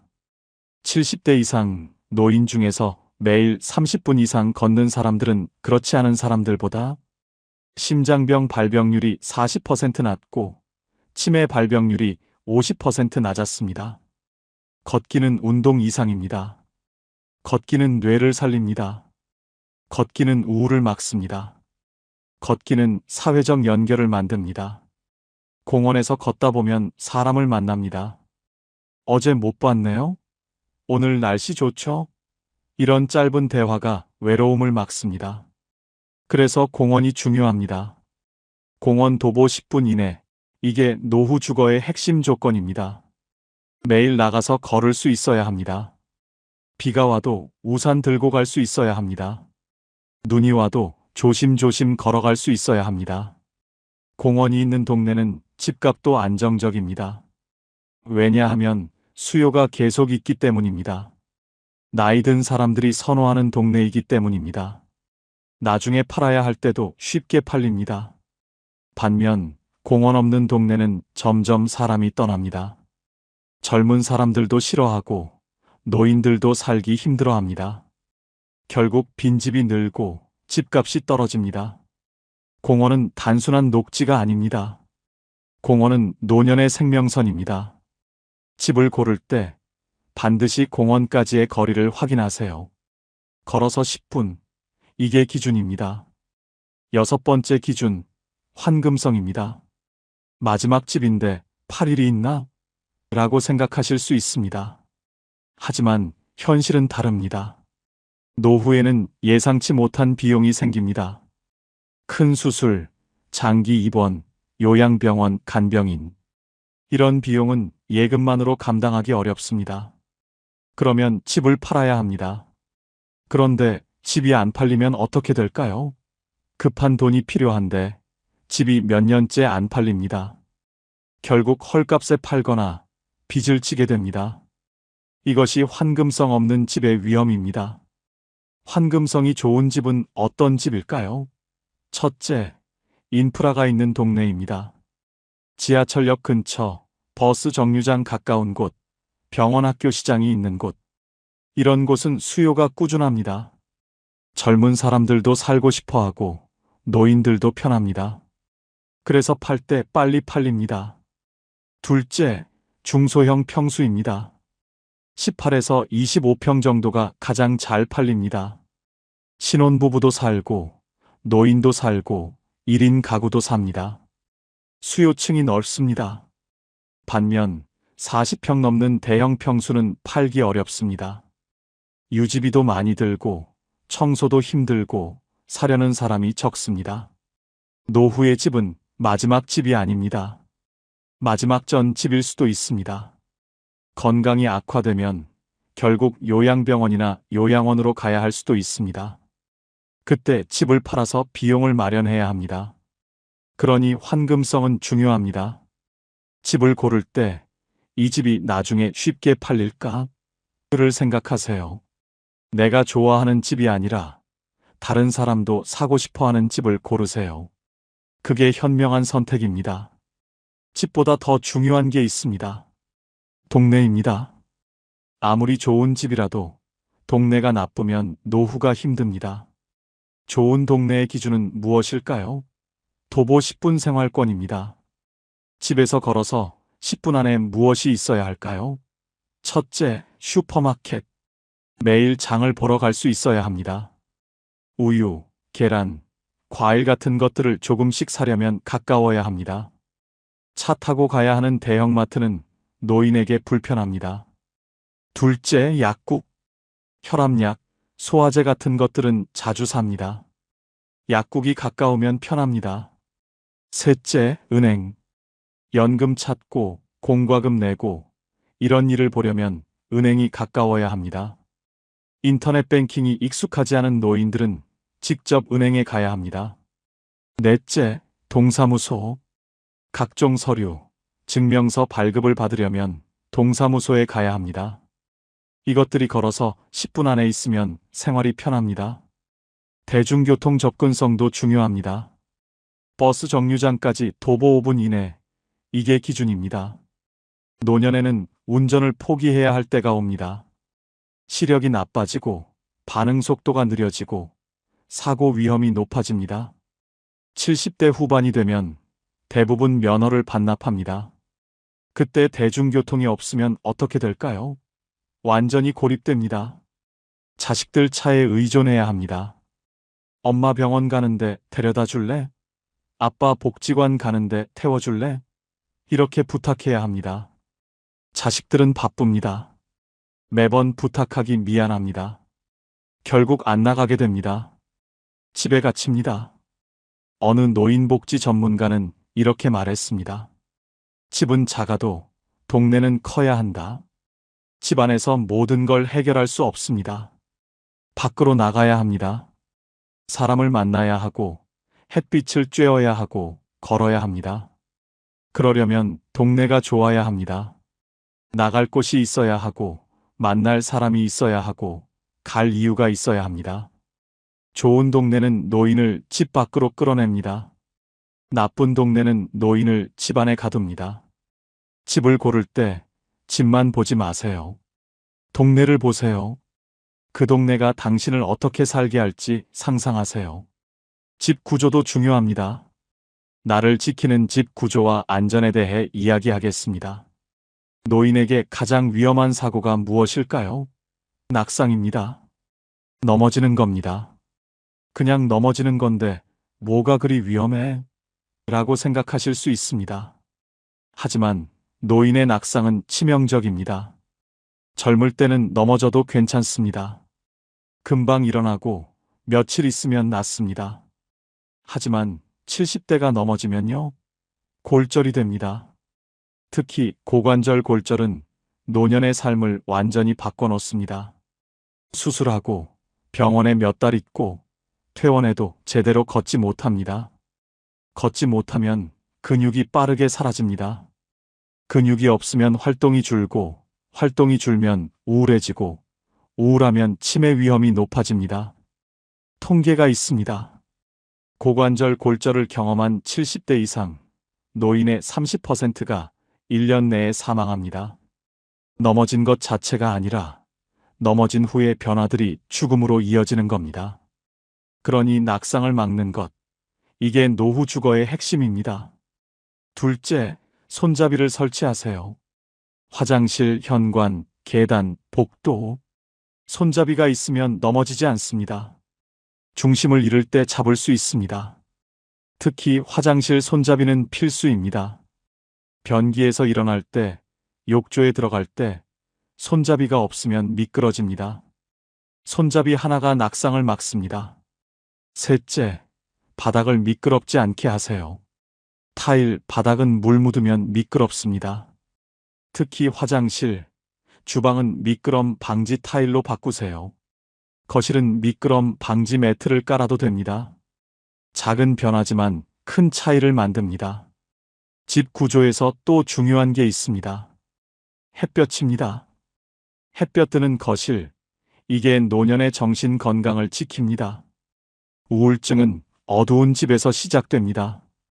하루 종일 커튼 치고 어두컴컴한 집에서 살면 마음도 어두워집니다.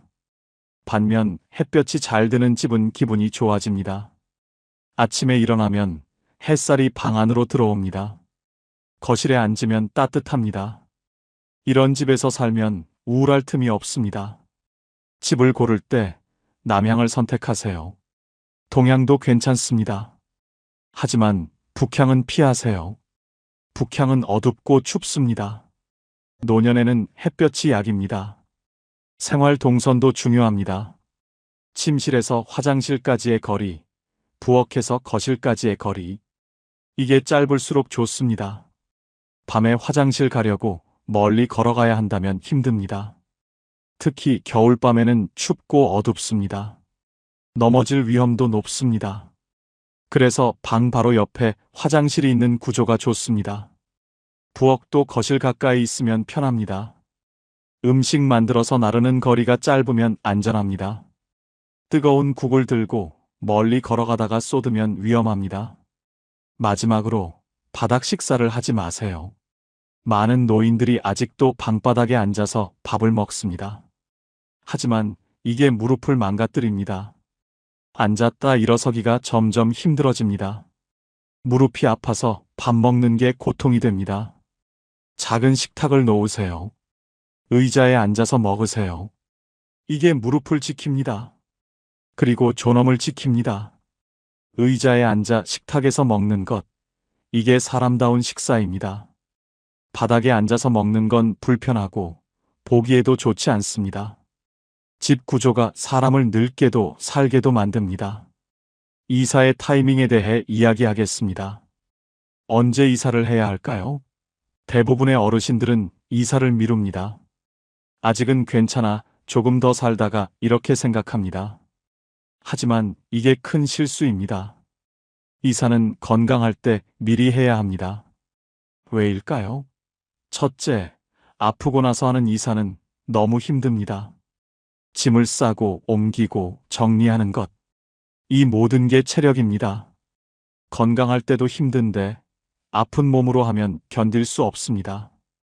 실제로 병원 퇴원하고 바로 이사하다가 다시 쓰러지는 경우가 많습니다. 둘째, 익숙한 것들이 끊깁니다. 30년 다니던 병원, 20년 알고 지내던 동네 약국, 매일 산책하던 공원, 자주 만나던 이웃들. 이런 것들이 한꺼번에 사라집니다. 아픈 상태에서 새로운 병원을 찾고, 새로운 약국에 가고, 새로운 동네에 적응하는 건 너무 버겁습니다. 어르신들에게 익숙함은 안정입니다. 익숙한 것들이 사라지면 불안해집니다. 불안은 회복을 더디게 만듭니다. 셋째, 감정 상태가 나쁠 때 내리는 결정은 후회가 많습니다. 아픈 사람은 초조합니다. 화가 나 있고 두렵고 우울합니다. 이런 상태에서 급하게 집을 고르면 실수합니다. 제대로 알아보지 못하고 비교도 안 하고 그냥 빨리 정합니다. 나중에 후회합니다.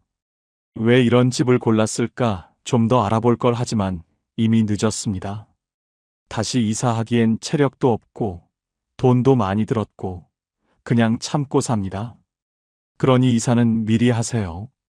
건강할 때, 여유가 있을 때 천천히 알아보고 선택하세요. 아직 괜찮은데 굳이? 라고 생각하지 마세요. 노후 준비는 아직 괜찮을 때 하는 겁니다. 이미 안 괜찮을 때 하는 게 아닙니다. 이사도 마찬가지입니다. 늦기 전에 하세요. 아프기 전에 하세요. 그게 현명한 선택입니다. 전망보다 중요한 게 있습니다. 이웃입니다. 많은 분들이 집을 고를 때 전망을 봅니다. 산이 보이네, 강이 보이네 좋습니다. 하지만 노년에는 전망보다 이웃이 더 중요합니다. 왜일까요?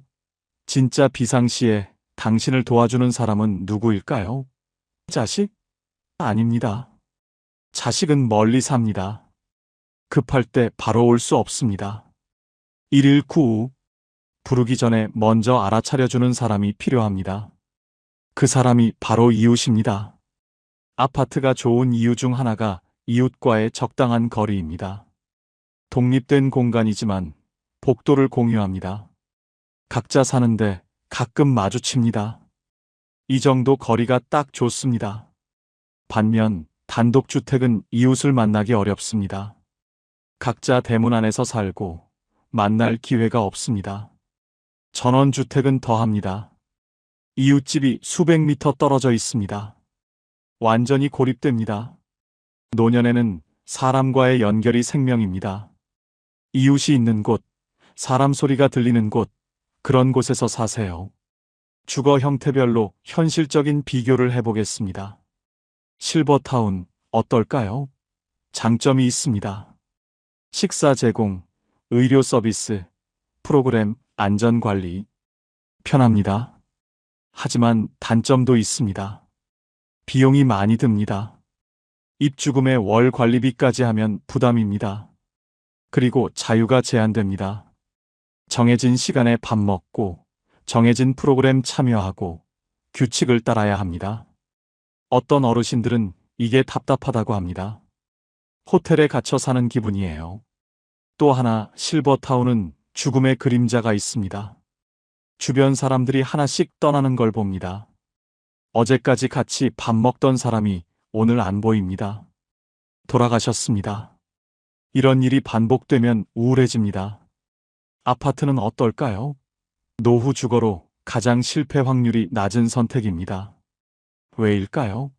첫째, 관리가 쉽습니다. 관리실이 있고, 청소도 해주고, 수리도 바로 됩니다. 혼자 감당하기 어려운 것들을 도와줍니다. 둘째, 안전합니다. CCTV, 경비, 인터폰. 혼자 살아도 무섭지 않습니다. 셋째, 환금성이 좋습니다. 나중에 팔기 쉽습니다. 수요가 계속 있습니다. 넷째, 인프라가 좋습니다. 대부분의 아파트 단지는 시장, 병원, 은행 근처에 있습니다. 특히 자식들이 서울에 산다면 KTX나 고속버스로 1-2시간이면 왔다 갈 수 있는 거리가 좋습니다. 멀지 않지만 독립적으로 살 수 있습니다. 그리고 역세권이나 버스터미널 근처를 선택하세요. 나중에 운전 못하게 되어도 이동이 가능해야 합니다. 상황별로 맞춤 추천을 드리겠습니다. 돈이 부족할 때는 어떻게 해야 할까요? 무조건 큰 도시에 집착하지 마세요. 서울, 수도권 고집하다가 너무 작고 낡은 집에서 살게 됩니다. 차라리 중소도시로 가세요. 같은 돈으로 훨씬 좋은 집에서 살 수 있습니다. 18평 깨끗한 아파트, 복지관 가까운 곳, 공원 옆. 이런 조건을 갖춘 집을 구할 수 있습니다. 자녀들이 너무 멀어서 걱정이라고 하면 이렇게 말하세요. 너희들 보러 자주 못 오는 건 마찬가지야. 차라리 엄마 아빠가 편하게 사는 게 낫지. 맞는 말입니다. 일주일에 한 번 보는 것과 한 달에 한 번 보는 것, 큰 차이 없습니다. 그보다 매일 편하게 사는 게 더 중요합니다. 건강이 불안할 때는 어떻게 해야 할까요? 병원 접근성을 최우선으로 하세요. 종합병원까지 30분 이내, 동네 병원까지 10분 이내. 이게 기준입니다. 그리고 1층이나 엘리베이터 있는 건물을 선택하세요. 계단은 위험합니다. 숨이 차고 무릎이 아프고 넘어질 수 있습니다. 건강이 나쁠수록 평지가 좋습니다. 단지 내에 경사가 없는 곳, 평평한 곳을 선택하세요. 외로움이 두려울 때는 어떻게 해야 할까요? 복지관 근처를 선택하세요. 그리고 적극적으로 프로그램에 참여하세요. 처음엔 어색합니다. 나이 들어서 새로운 사람 사귀기 힘들어하지만 시도하세요. 복지관에는 당신처럼 외로운 사람들이 많습니다. 같이 노래 부르고, 같이 밥 먹고, 같이 산책하다 보면 친구가 됩니다. 혼자 사는 남성과 여성은 필요한 게 다릅니다. 혼자 사는 남성 어르신은 식사 문제가 큽니다. 평생 요리 안 해본 사람이 갑자기 혼자 밥 해먹기 어렵습니다. 그래서 복지관 식당이나 경로 식당 근처가 좋습니다. 하루 한 끼라도 제대로 먹을 수 있어야 합니다. 혼자 사는 여성 어르신은 안전 문제가 큽니다. 경비가 있는 아파트, CCTV가 많은 곳, 사람들 눈에 잘 띄는 곳이 좋습니다. 너무 한적한 곳은 무섭습니다. 혼자 살아도 관계가 있는 집이 중요합니다. 관계가 있다는 건 무엇일까요? 오늘 안 보이네? 하고 찾는 사람이 있다는 겁니다. 결국 노후의 집은 내가 가진 자산이 아니라 내가 매일 살아낼 무대입니다. 계단이 많은 집, 멀리 떨어진 병원, 사람 소리 없는 동네는 시간이 갈수록 나를 가두고 약하게 만들어요. 반대로 복지관, 공원, 대중교통이 가까운 집은 매일 나갈 이유를 만들어주고 사람을 만나게 하며 몸과 마음을 지켜줍니다. 괴테의 말처럼 사는 것이 아니라 잘 사는 것이 중요하다는 걸 노년의 집이 증명합니다. 오늘부터 집을 볼 때 딱 한 가지만 물어보세요. 이 집은 나를 살게 할까, 가둘까? 답이 살게 한다라면 그곳이 당신의 노후를 지켜줄 집입니다. 그런 집을 찾으세요. 그것이 당신에게 줄 수 있는 가장 큰 선물입니다. 오늘, 지금, 바로 시작하세요. 지금까지 황금 노후였습니다. 감사합니다. 73세 김순예 어르신, 어제 하루 종일 핸드폰만 들여다봤습니다. 큰딸한테서 연락 왔나? 작은아들한테서 문자 왔나? 저녁 8시까지 아무것도 없었어요. 그때 거울에 비친 자신의 얼굴을 봤어요. 내가 언제부터 이렇게 초라해졌지? 서울대 노년학 연구팀 조사 결과에 보면 65세 이상 어르신의 40%가 일주일에 한 번도 자식과 연락하지 않는다고 합니다. 그런데 더 놀라운 건 자식과 매일 연락하는 어르신이 오히려 우울증 위험이 2배 높다는 것입니다. 왜일까요? 기대가 크면 실망도 크니까요. 김순예 어르신은 이걸 깨달은 후 단 한 가지를 바꿨습니다. 그 후 놀라운 일이 벌어졌어요. 지금부터 중요한 이야기 시작합니다. 제 이름은 김순예입니다. 올해 73이에요. 남편은 2년 전 갑작스러운 심근경색으로 세상을 떠났습니다. 결혼한 지 45년 만이었어요. 남편이 떠난 후 저는 한동안 멍하게 지냈습니다. 아침에 일어나도 뭘 해야 할지 몰랐어요. 밥을 해도 혼자 먹는 밥은 맛이 없었고 TV를 켜도 무슨 내용인지 귀에 들어오지 않았습니다. 그냥 시간이 지나가길 기다리는 하루하루였죠. 심리학자들은 이걸 배우자 상실 후 정체성 혼란이라고 부른답니다. 50년 가까이 누구의 아내로 살다가 갑자기 혼자가 되면 내가 누구인지조차 잊어버리게 된다는 거예요. 저도 그랬습니다. 김순예라는 사람이 누구인지, 뭘 좋아하는지, 어떻게 살아야 하는지 모든 게 막연했어요. 자식들이 걱정했어요. 큰딸이 엄마, 우리 집으로 오실래요? 라고 물었지만 저는 고개를 저었습니다. 괜찮아. 엄마 혼자서도 잘 살 수 있어. 그렇게 말했지만 사실은 확신이 없었어요. 정말 혼자서 잘 살 수 있을까? 남편 없이도 괜찮을까? 하지만 자식들한테 짐이 되고 싶지 않았습니다. 이미 다들 자기 인생이 있고 바쁘게 살아가는데 늙은 엄마까지 떠안고 살게 할 순 없었어요. 그래서 혼자 살기로 했습니다. 남편이 남긴 유족연금과 제 기초연금을 합치면 한 달에 90만 원 정도 나왔어요. 서울에 사는 동갑내기 친구 박순자 씨는 한 달에 120만 원 받는다고 했는데 저는 그보다 적었지만 그래도 감사했습니다. 집은 전세로 살고 있었고 전세금은 아직 여유가 있었으니 당장 살아가는 데는 문제가 없었습니다. 돈이 많지는 않았지만 제가 검소하게 살면 충분했어요. 복지관에서 만난 어르신이 말씀하시더군요. 노후엔 세 가지만 있으면 돼. 건강, 돈, 그리고 혼자 있을 용기. 그때는 무슨 말인지 잘 몰랐는데 지금은 알 것 같아요. 문제는 돈이 아니었습니다. 외로움이었어요. 신문에서 읽었는데 노인 중 30%가 하루 종일 말을 한마디도 하지 않는 날이 일주일에 두세 번 있다고 하더군요. 아침에 안녕이라고 인사할 사람도, 저녁에 잘 자라고 말할 사람도 없었어요. 그 침묵이 저를 조금씩 잠식해 들어왔습니다. 사람은 사회적 동물이라고 하잖아요.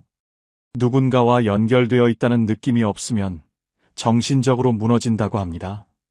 저도 그랬어요. 그러다 보니 자연스럽게 자식들 생각이 났어요. 큰딸은 결혼해서 아이 둘 키우며 살고 작은 아들은 아직 미혼인데 회사 일이 바빠서 주말에도 거의 일한다고 했어요.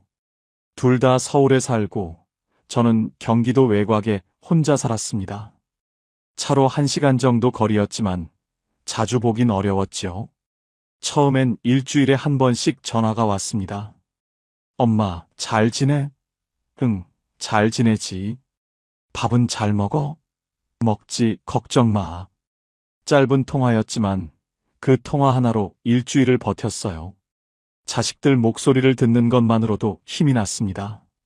전문가들은 이걸 정서적 의존이라고 부른답니다. 어느 날부터 저는 전화를 기다리기 시작했어요. 아침에 일어나면 핸드폰을 확인하고, 점심 먹고 나서도 확인하고, 저녁에 누우면서도 확인했습니다. 부재중 전화가 있나? 문자가 왔나? 아무것도 없으면 서운했어요. 오늘도 연락 없구나? 그러다가 제가 먼저 전화를 걸곤 했습니다. 지은아, 엄마야. 뭐해? 큰딸은 대부분 엄마, 지금 애들 밥 먹이는 중이야. 이따 전화할게라고 했어요. 그런데 시간이 지나도 딸한테 전화가 안 왔습니다. 깜빡한 거겠지요. 작은 아들은 엄마, 회의 중이야. 나중에 전화할게요. 라고 했어요. 역시 밤이 늦었는데도 아들에게서 전화는 안 왔습니다. 저는 그럴 때마다 괜찮아. 바쁜 거지 뭐. 라고 스스로를 달랬습니다. 하지만 마음속 어딘가에서는 서운함이 쌓여갔어요. 나는 이렇게 기다리는데 자식들은 나를 잊고 사는 것 같았습니다. 그러다 문득 생각했어요. 내가 언제부터 이렇게 초라해졌지? 예전에는 안 그랬는데. 남편이 있을 때는 자식들 전화 없어도 괜찮았는데.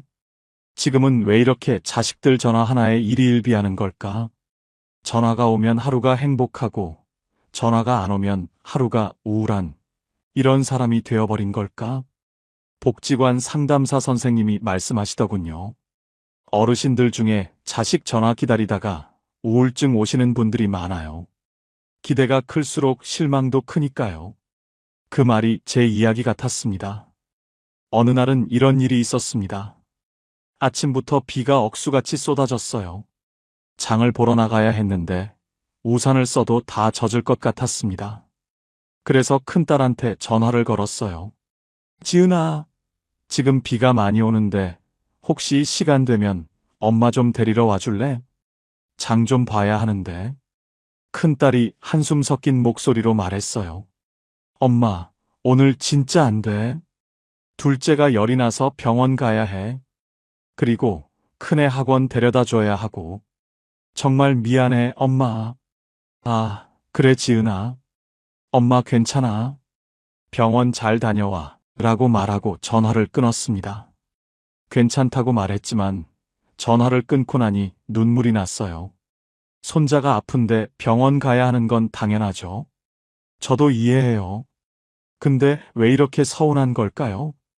왜 이렇게 혼자라는 게 무겁게 느껴지는 걸까요?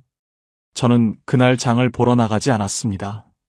그냥 집에 있는 라면을 끓여 먹고 하루 종일 누워 있었어요.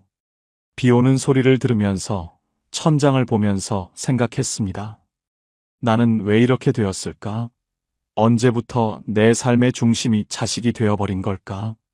남편이 떠나고 나서 무의식 중에 제가 자식들한테 기대기 시작한 것 같았어요. 외로움을 자식들이 채워주길 바라고, 심심함을 자식들이 달래주길 바라고, 내 하루를 자식들이 의미 있게 만들어주길 바랐던 겁니다. 그런데 자식들은 그런 제 마음을 몰랐어요. 아니, 알았다고 해도 감당할 수 없었을 겁니다. 자식들도 각자의 삶이 있으니까요. 가족 상담 전문가가 쓴 책을 도서관에서 봤는데 이런 구절이 있더군요.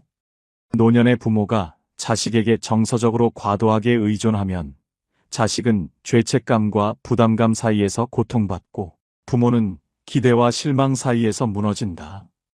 딱 제 이야기였습니다. 그 후로 저는 패턴을 발견했습니다. 자식들한테 전화가 왔을 때와 안 왔을 때의 제 기분 변화를요. 전화가 오면 하루가 밝아졌어요. 오늘 딸이 전화했어. 아들이 안부 물어봤어. 그 생각만으로도 기분이 좋아지고 밥맛도 나고 TV도 재미있게 봤습니다. 그런데 전화가 며칠 안 오면 점점 우울해졌어요. 오늘도 연락 없네. 나는 이렇게 기다리는데 얘들은 나를 잊었나 봐. 그러다 제가 먼저 전화를 걸게 되고 통화가 짧게 끝나면 서운해하고 서운해하는 제 자신이 또 초라하게 느껴지고 이런 반복이었습니다. 그러던 어느 날 저는 깨달았어요. 문제는 자식들이 아니라는 것을요. 자식들은 나쁘지 않았어요. 전화 안 하는 것도 저를 미워해서가 아니었고 바빠서 깜빡한 것뿐이었습니다. 제가 아플 때는 달려왔고 명절에는 꼭 찾아왔고 용돈도 가끔 보내줬어요. 나쁜 자식들이 아니었습니다. 오히려 제 또래 친구들 이야기 들어보면 제 자식들은 잘하는 편이었어요. 친구 하나는 1년 내내 자식 얼굴 한 번 못 본다고 하더군요. 문제는 제가 너무 많은 걸 기대하고 있다는 거였어요. 자식들이 제 외로움을 채워주길 바라고, 제 하루를 의미 있게 만들어주길 바라고, 저를 잊지 말아달라고 바라고 있었던 겁니다. 그 기대가 클수록 실망도 컸고, 실망이 클수록 제 자존감은 낮아졌습니다. 자식에게 기대면 기댈수록 저는 더 작아지고 있었어요. 노인심리 전문의가 라디오에서 말하더군요. 노년의 행복은 기대치와 반비례합니다. 기대가 높을수록 불행해지고, 기대가 낮을수록 작은 것에도 감사하게 됩니다. 그 말이 제 가슴을 찔렀습니다. 그래서 저는 결심했습니다. 기대하지 않기로. 쉬운 결심은 아니었어요. 습관처럼 핸드폰을 확인하게 되고 무의식 중에 전화를 기다리게 되니까요. 하지만 저는 의식적으로 노력했습니다. 아침에 일어나면 핸드폰을 바로 확인하지 않기, 자식들한테서 연락 오길 기다리지 않기, 대신 제가 할 일을 찾기. 처음엔 너무 어색했어요. 아침에 눈 뜨면 제일 먼저 핸드폰을 보는 게 습관이었는데 안 보려니까 손이 근질근질했습니다. 그래도 참았어요. 대신 일어나서 세수하고 창문 열어 환기시키고 간단하게 스트레칭하고 아침 먹고 설거지하고 그 다음에 핸드폰을 봤습니다. 신기하게도 조금만 시간을 미루니까 마음이 덜 조급해지더군요. 처음 일주일은 정말 힘들었어요. 자식들한테서 전화가 안 와도 괜찮은 척 하려니까 마음이 힘들었습니다. 일주일쯤 지났을 때 큰딸한테서 전화가 왔어요. 엄마, 요즘 왜 전화 안 해? 무슨 일 있어? 저는 웃으며 말했습니다. 아니야, 괜찮아. 엄마 잘 지내고 있어. 내가 바쁜 거 아니까 전화 안 한 거야. 딸이 말했어요. 엄마, 미안해. 요즘 정신 없어서 전화 못했어. 건강하지? 응, 건강해. 걱정 마. 통화는 짧았지만 예전과 다른 게 있었어요. 저는 서운하지 않았습니다. 딸이 전화를 안 한 것도, 통화가 짧게 끝난 것도 이상하게 괜찮았어요. 왜냐하면 기대하지 않았으니까요. 기대하지 않으니까 실망도 없었고, 실망이 없으니까 마음이 편했습니다. 그날 저는 깨달았어요. 기대하지 않는 게 이렇게 마음을 편하게 만드는구나. 자식들이 전화를 해도 고맙고 안 해도 괜찮은 그런 마음. 그게 진짜 편안함이었습니다. 불교에서 말하는 무집착이 이런 거구나 싶었어요. 집착하지 않으면 고통도 없다는 것. 그 후로 저는 의식적으로 제 삶에 집중하기 시작했어요. 자식들 생각하는 시간을 줄이고 제가 할 수 있는 일들을 찾았습니다. 아침에 일어나면 동네 한 바퀴 산책하기, 점심 먹고 나서 도서관 가서 책 읽기, 저녁엔 TV 보다가 일기 쓰기. 별것 아닌 일상이었지만 그 일상이 제 하루를 채워줬어요. 예전엔 자식들 전화 하나로 하루가 좌우됐는데 이제는 제 루틴으로 하루가 채워졌습니다. 산책을 하면서 동네 사람들과 인사도 나누게 됐어요. 매일 같은 시간에 산책하다 보니 비슷한 시간에 산책하는 분들이 보이더군요. 처음엔 가볍게 목례만 했는데 나중엔 안녕하세요라고 인사하게 되고, 그러다 보니 오늘 날씨 좋네요. 요즘 건강은 어떠세요? 이런 대화도 나누게 됐습니다. 깊은 관계는 아니었지만 그 짧은 인사와 대화가 제 하루에 작은 온기를 더해줬어요. 사회학자들이 말하는 약한 유대의 힘이라는 게 이런 거구나 싶었어요. 꼭 깊은 관계가 아니어도 일상에서 마주치는 사람들과의 가벼운 교류만으로도 외로움이 줄어든다는 거요. 저녁에는 일기를 썼어요. 별다른 일이 없는 날도 썼습니다. 오늘은 날씨가 흐렸다. 산책하다가 길고양이를 봤다. 점심은 된장찌개를 끓여 먹었다. 오후에 도서관에서 책을 읽었는데 좋은 구절이 있었다. 이런 식으로요. 쓰다 보니 신기한 게 별것 아닌 하루인데도 글로 쓰면 의미가 생기더군요. 내 하루가 헛되지 않았다는 느낌. 그게 위안이 됐습니다. 심리치료사가 쓴 책에서 읽었는데 일기 쓰기는 자기 긍정의 도구랍니다. 별것 아닌 하루도 기록하면 의미가 생기고 그 축적이 삶의 가치를 만들어낸다는 거예요.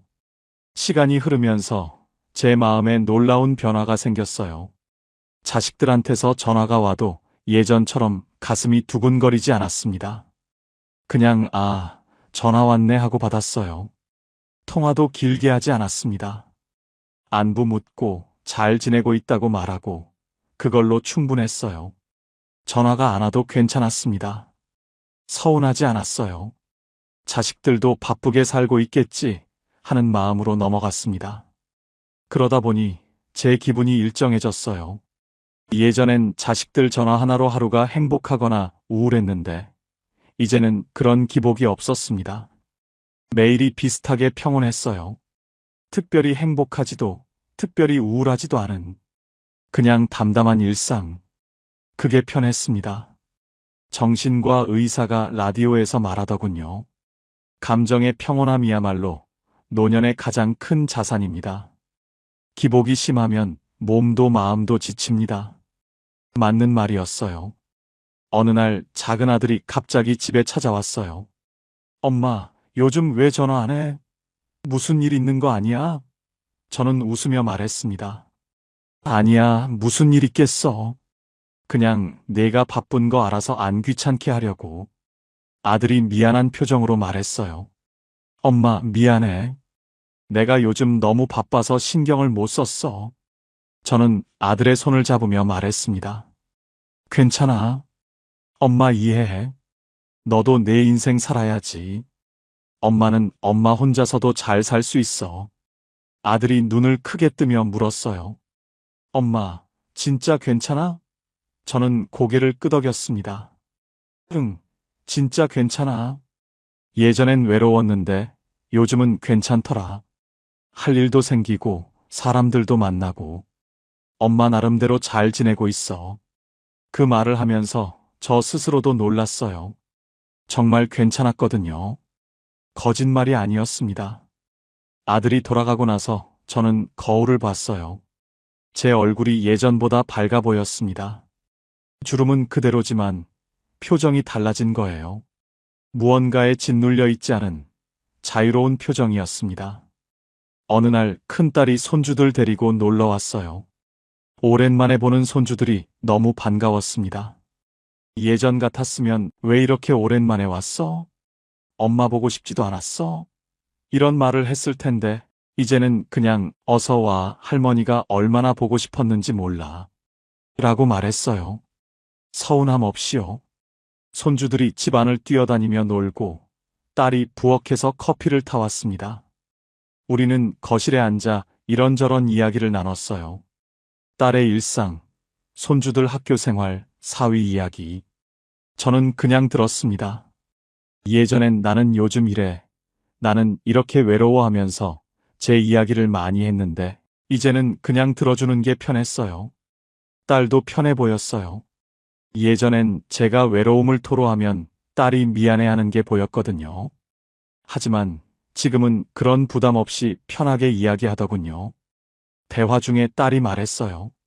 엄마, 요즘 정말 좋아 보여. 뭔가 달라졌어. 저는 웃으며 말했습니다. 그래? 뭐가 달라졌는데? 딸이 잠시 생각하더니 말했어요. 예전엔 엄마가 뭔가 애쓰는 것 같았는데, 지금은 편해 보여. 무리하지 않는 느낌? 정확한 표현이었어요.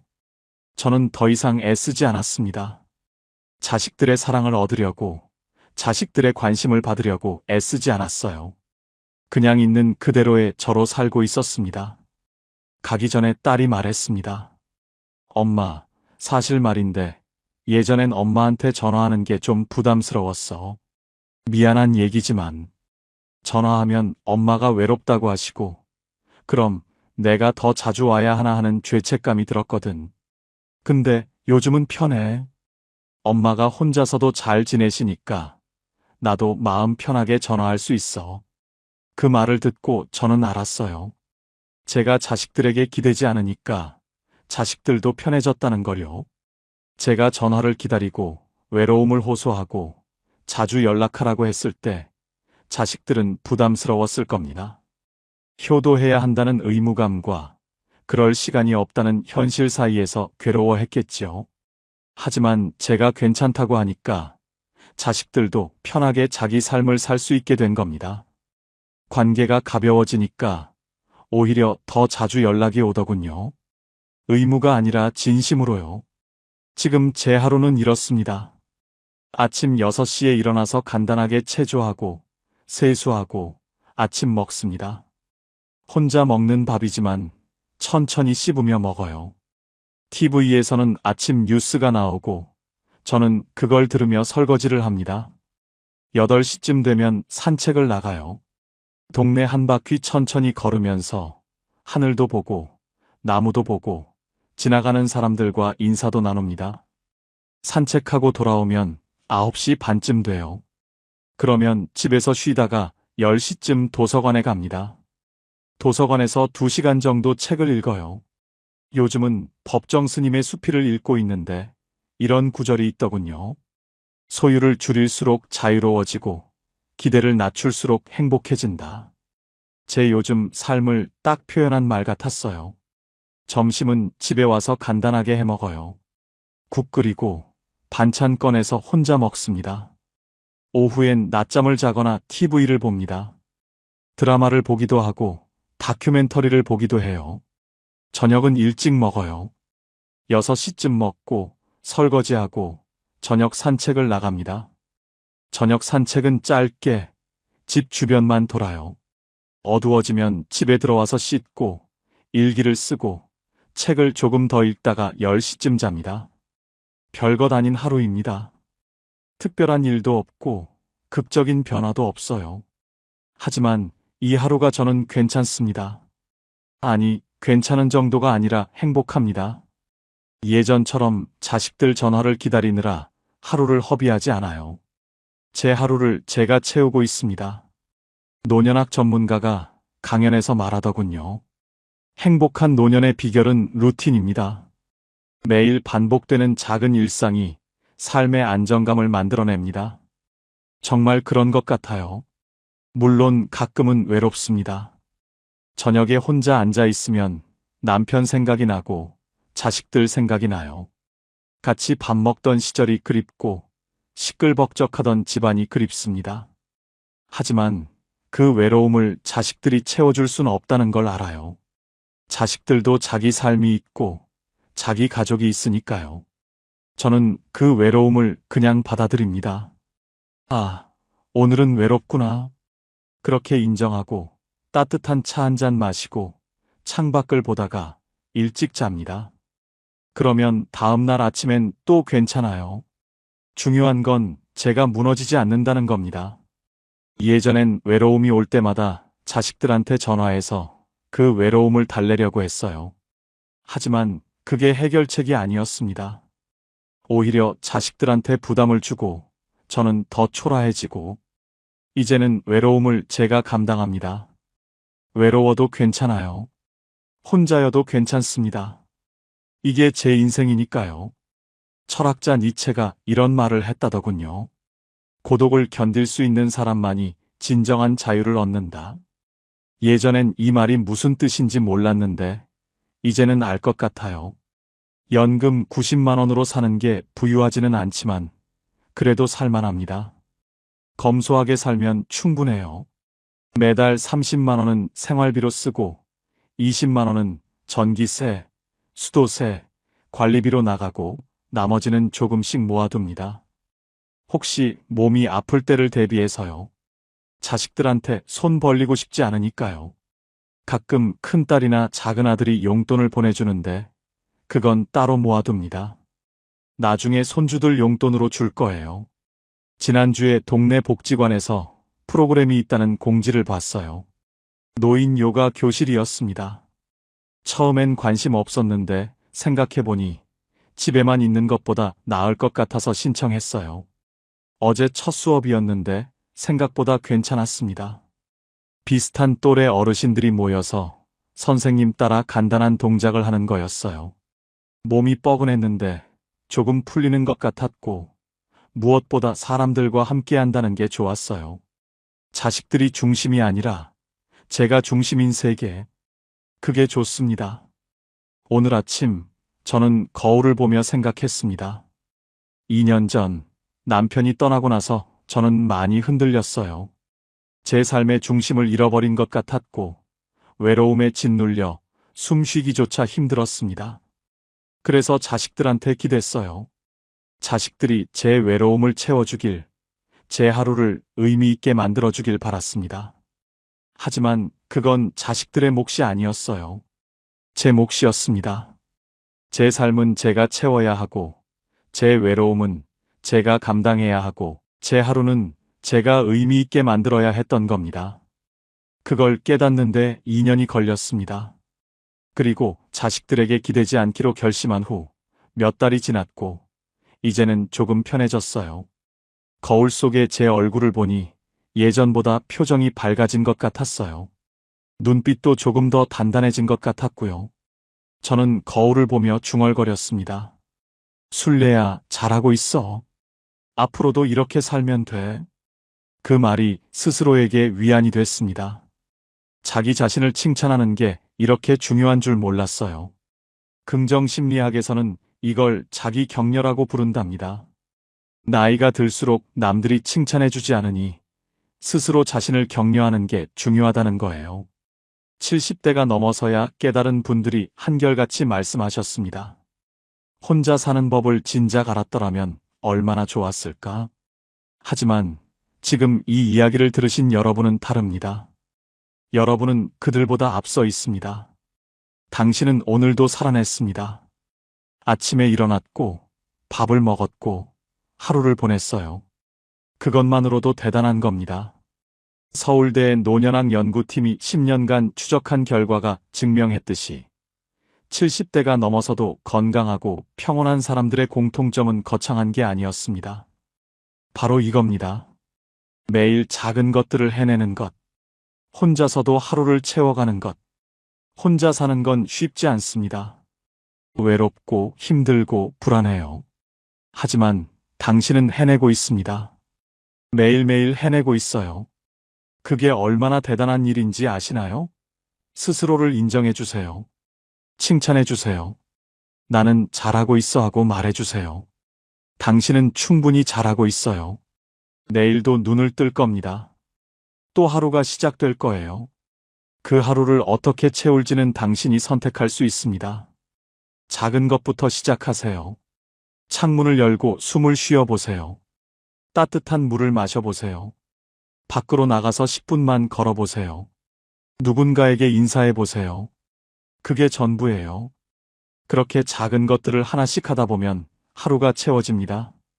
10년 후, 20년 후, 당신이 여전히 건강하게 웃고 있을 이유는 바로 오늘 당신이 내린 이 작은 선택들 때문일 겁니다. 오늘을 살아냈으니 내일도 살아낼 수 있어요. 당신은 혼자가 아닙니다. 많은 사람들이 당신과 같은 하루를 살고 있어요.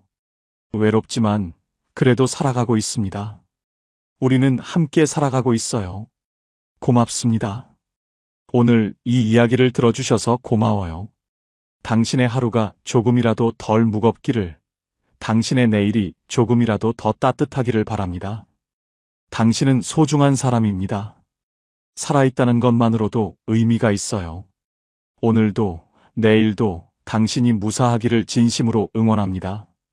지금까지 황금노후였습니다.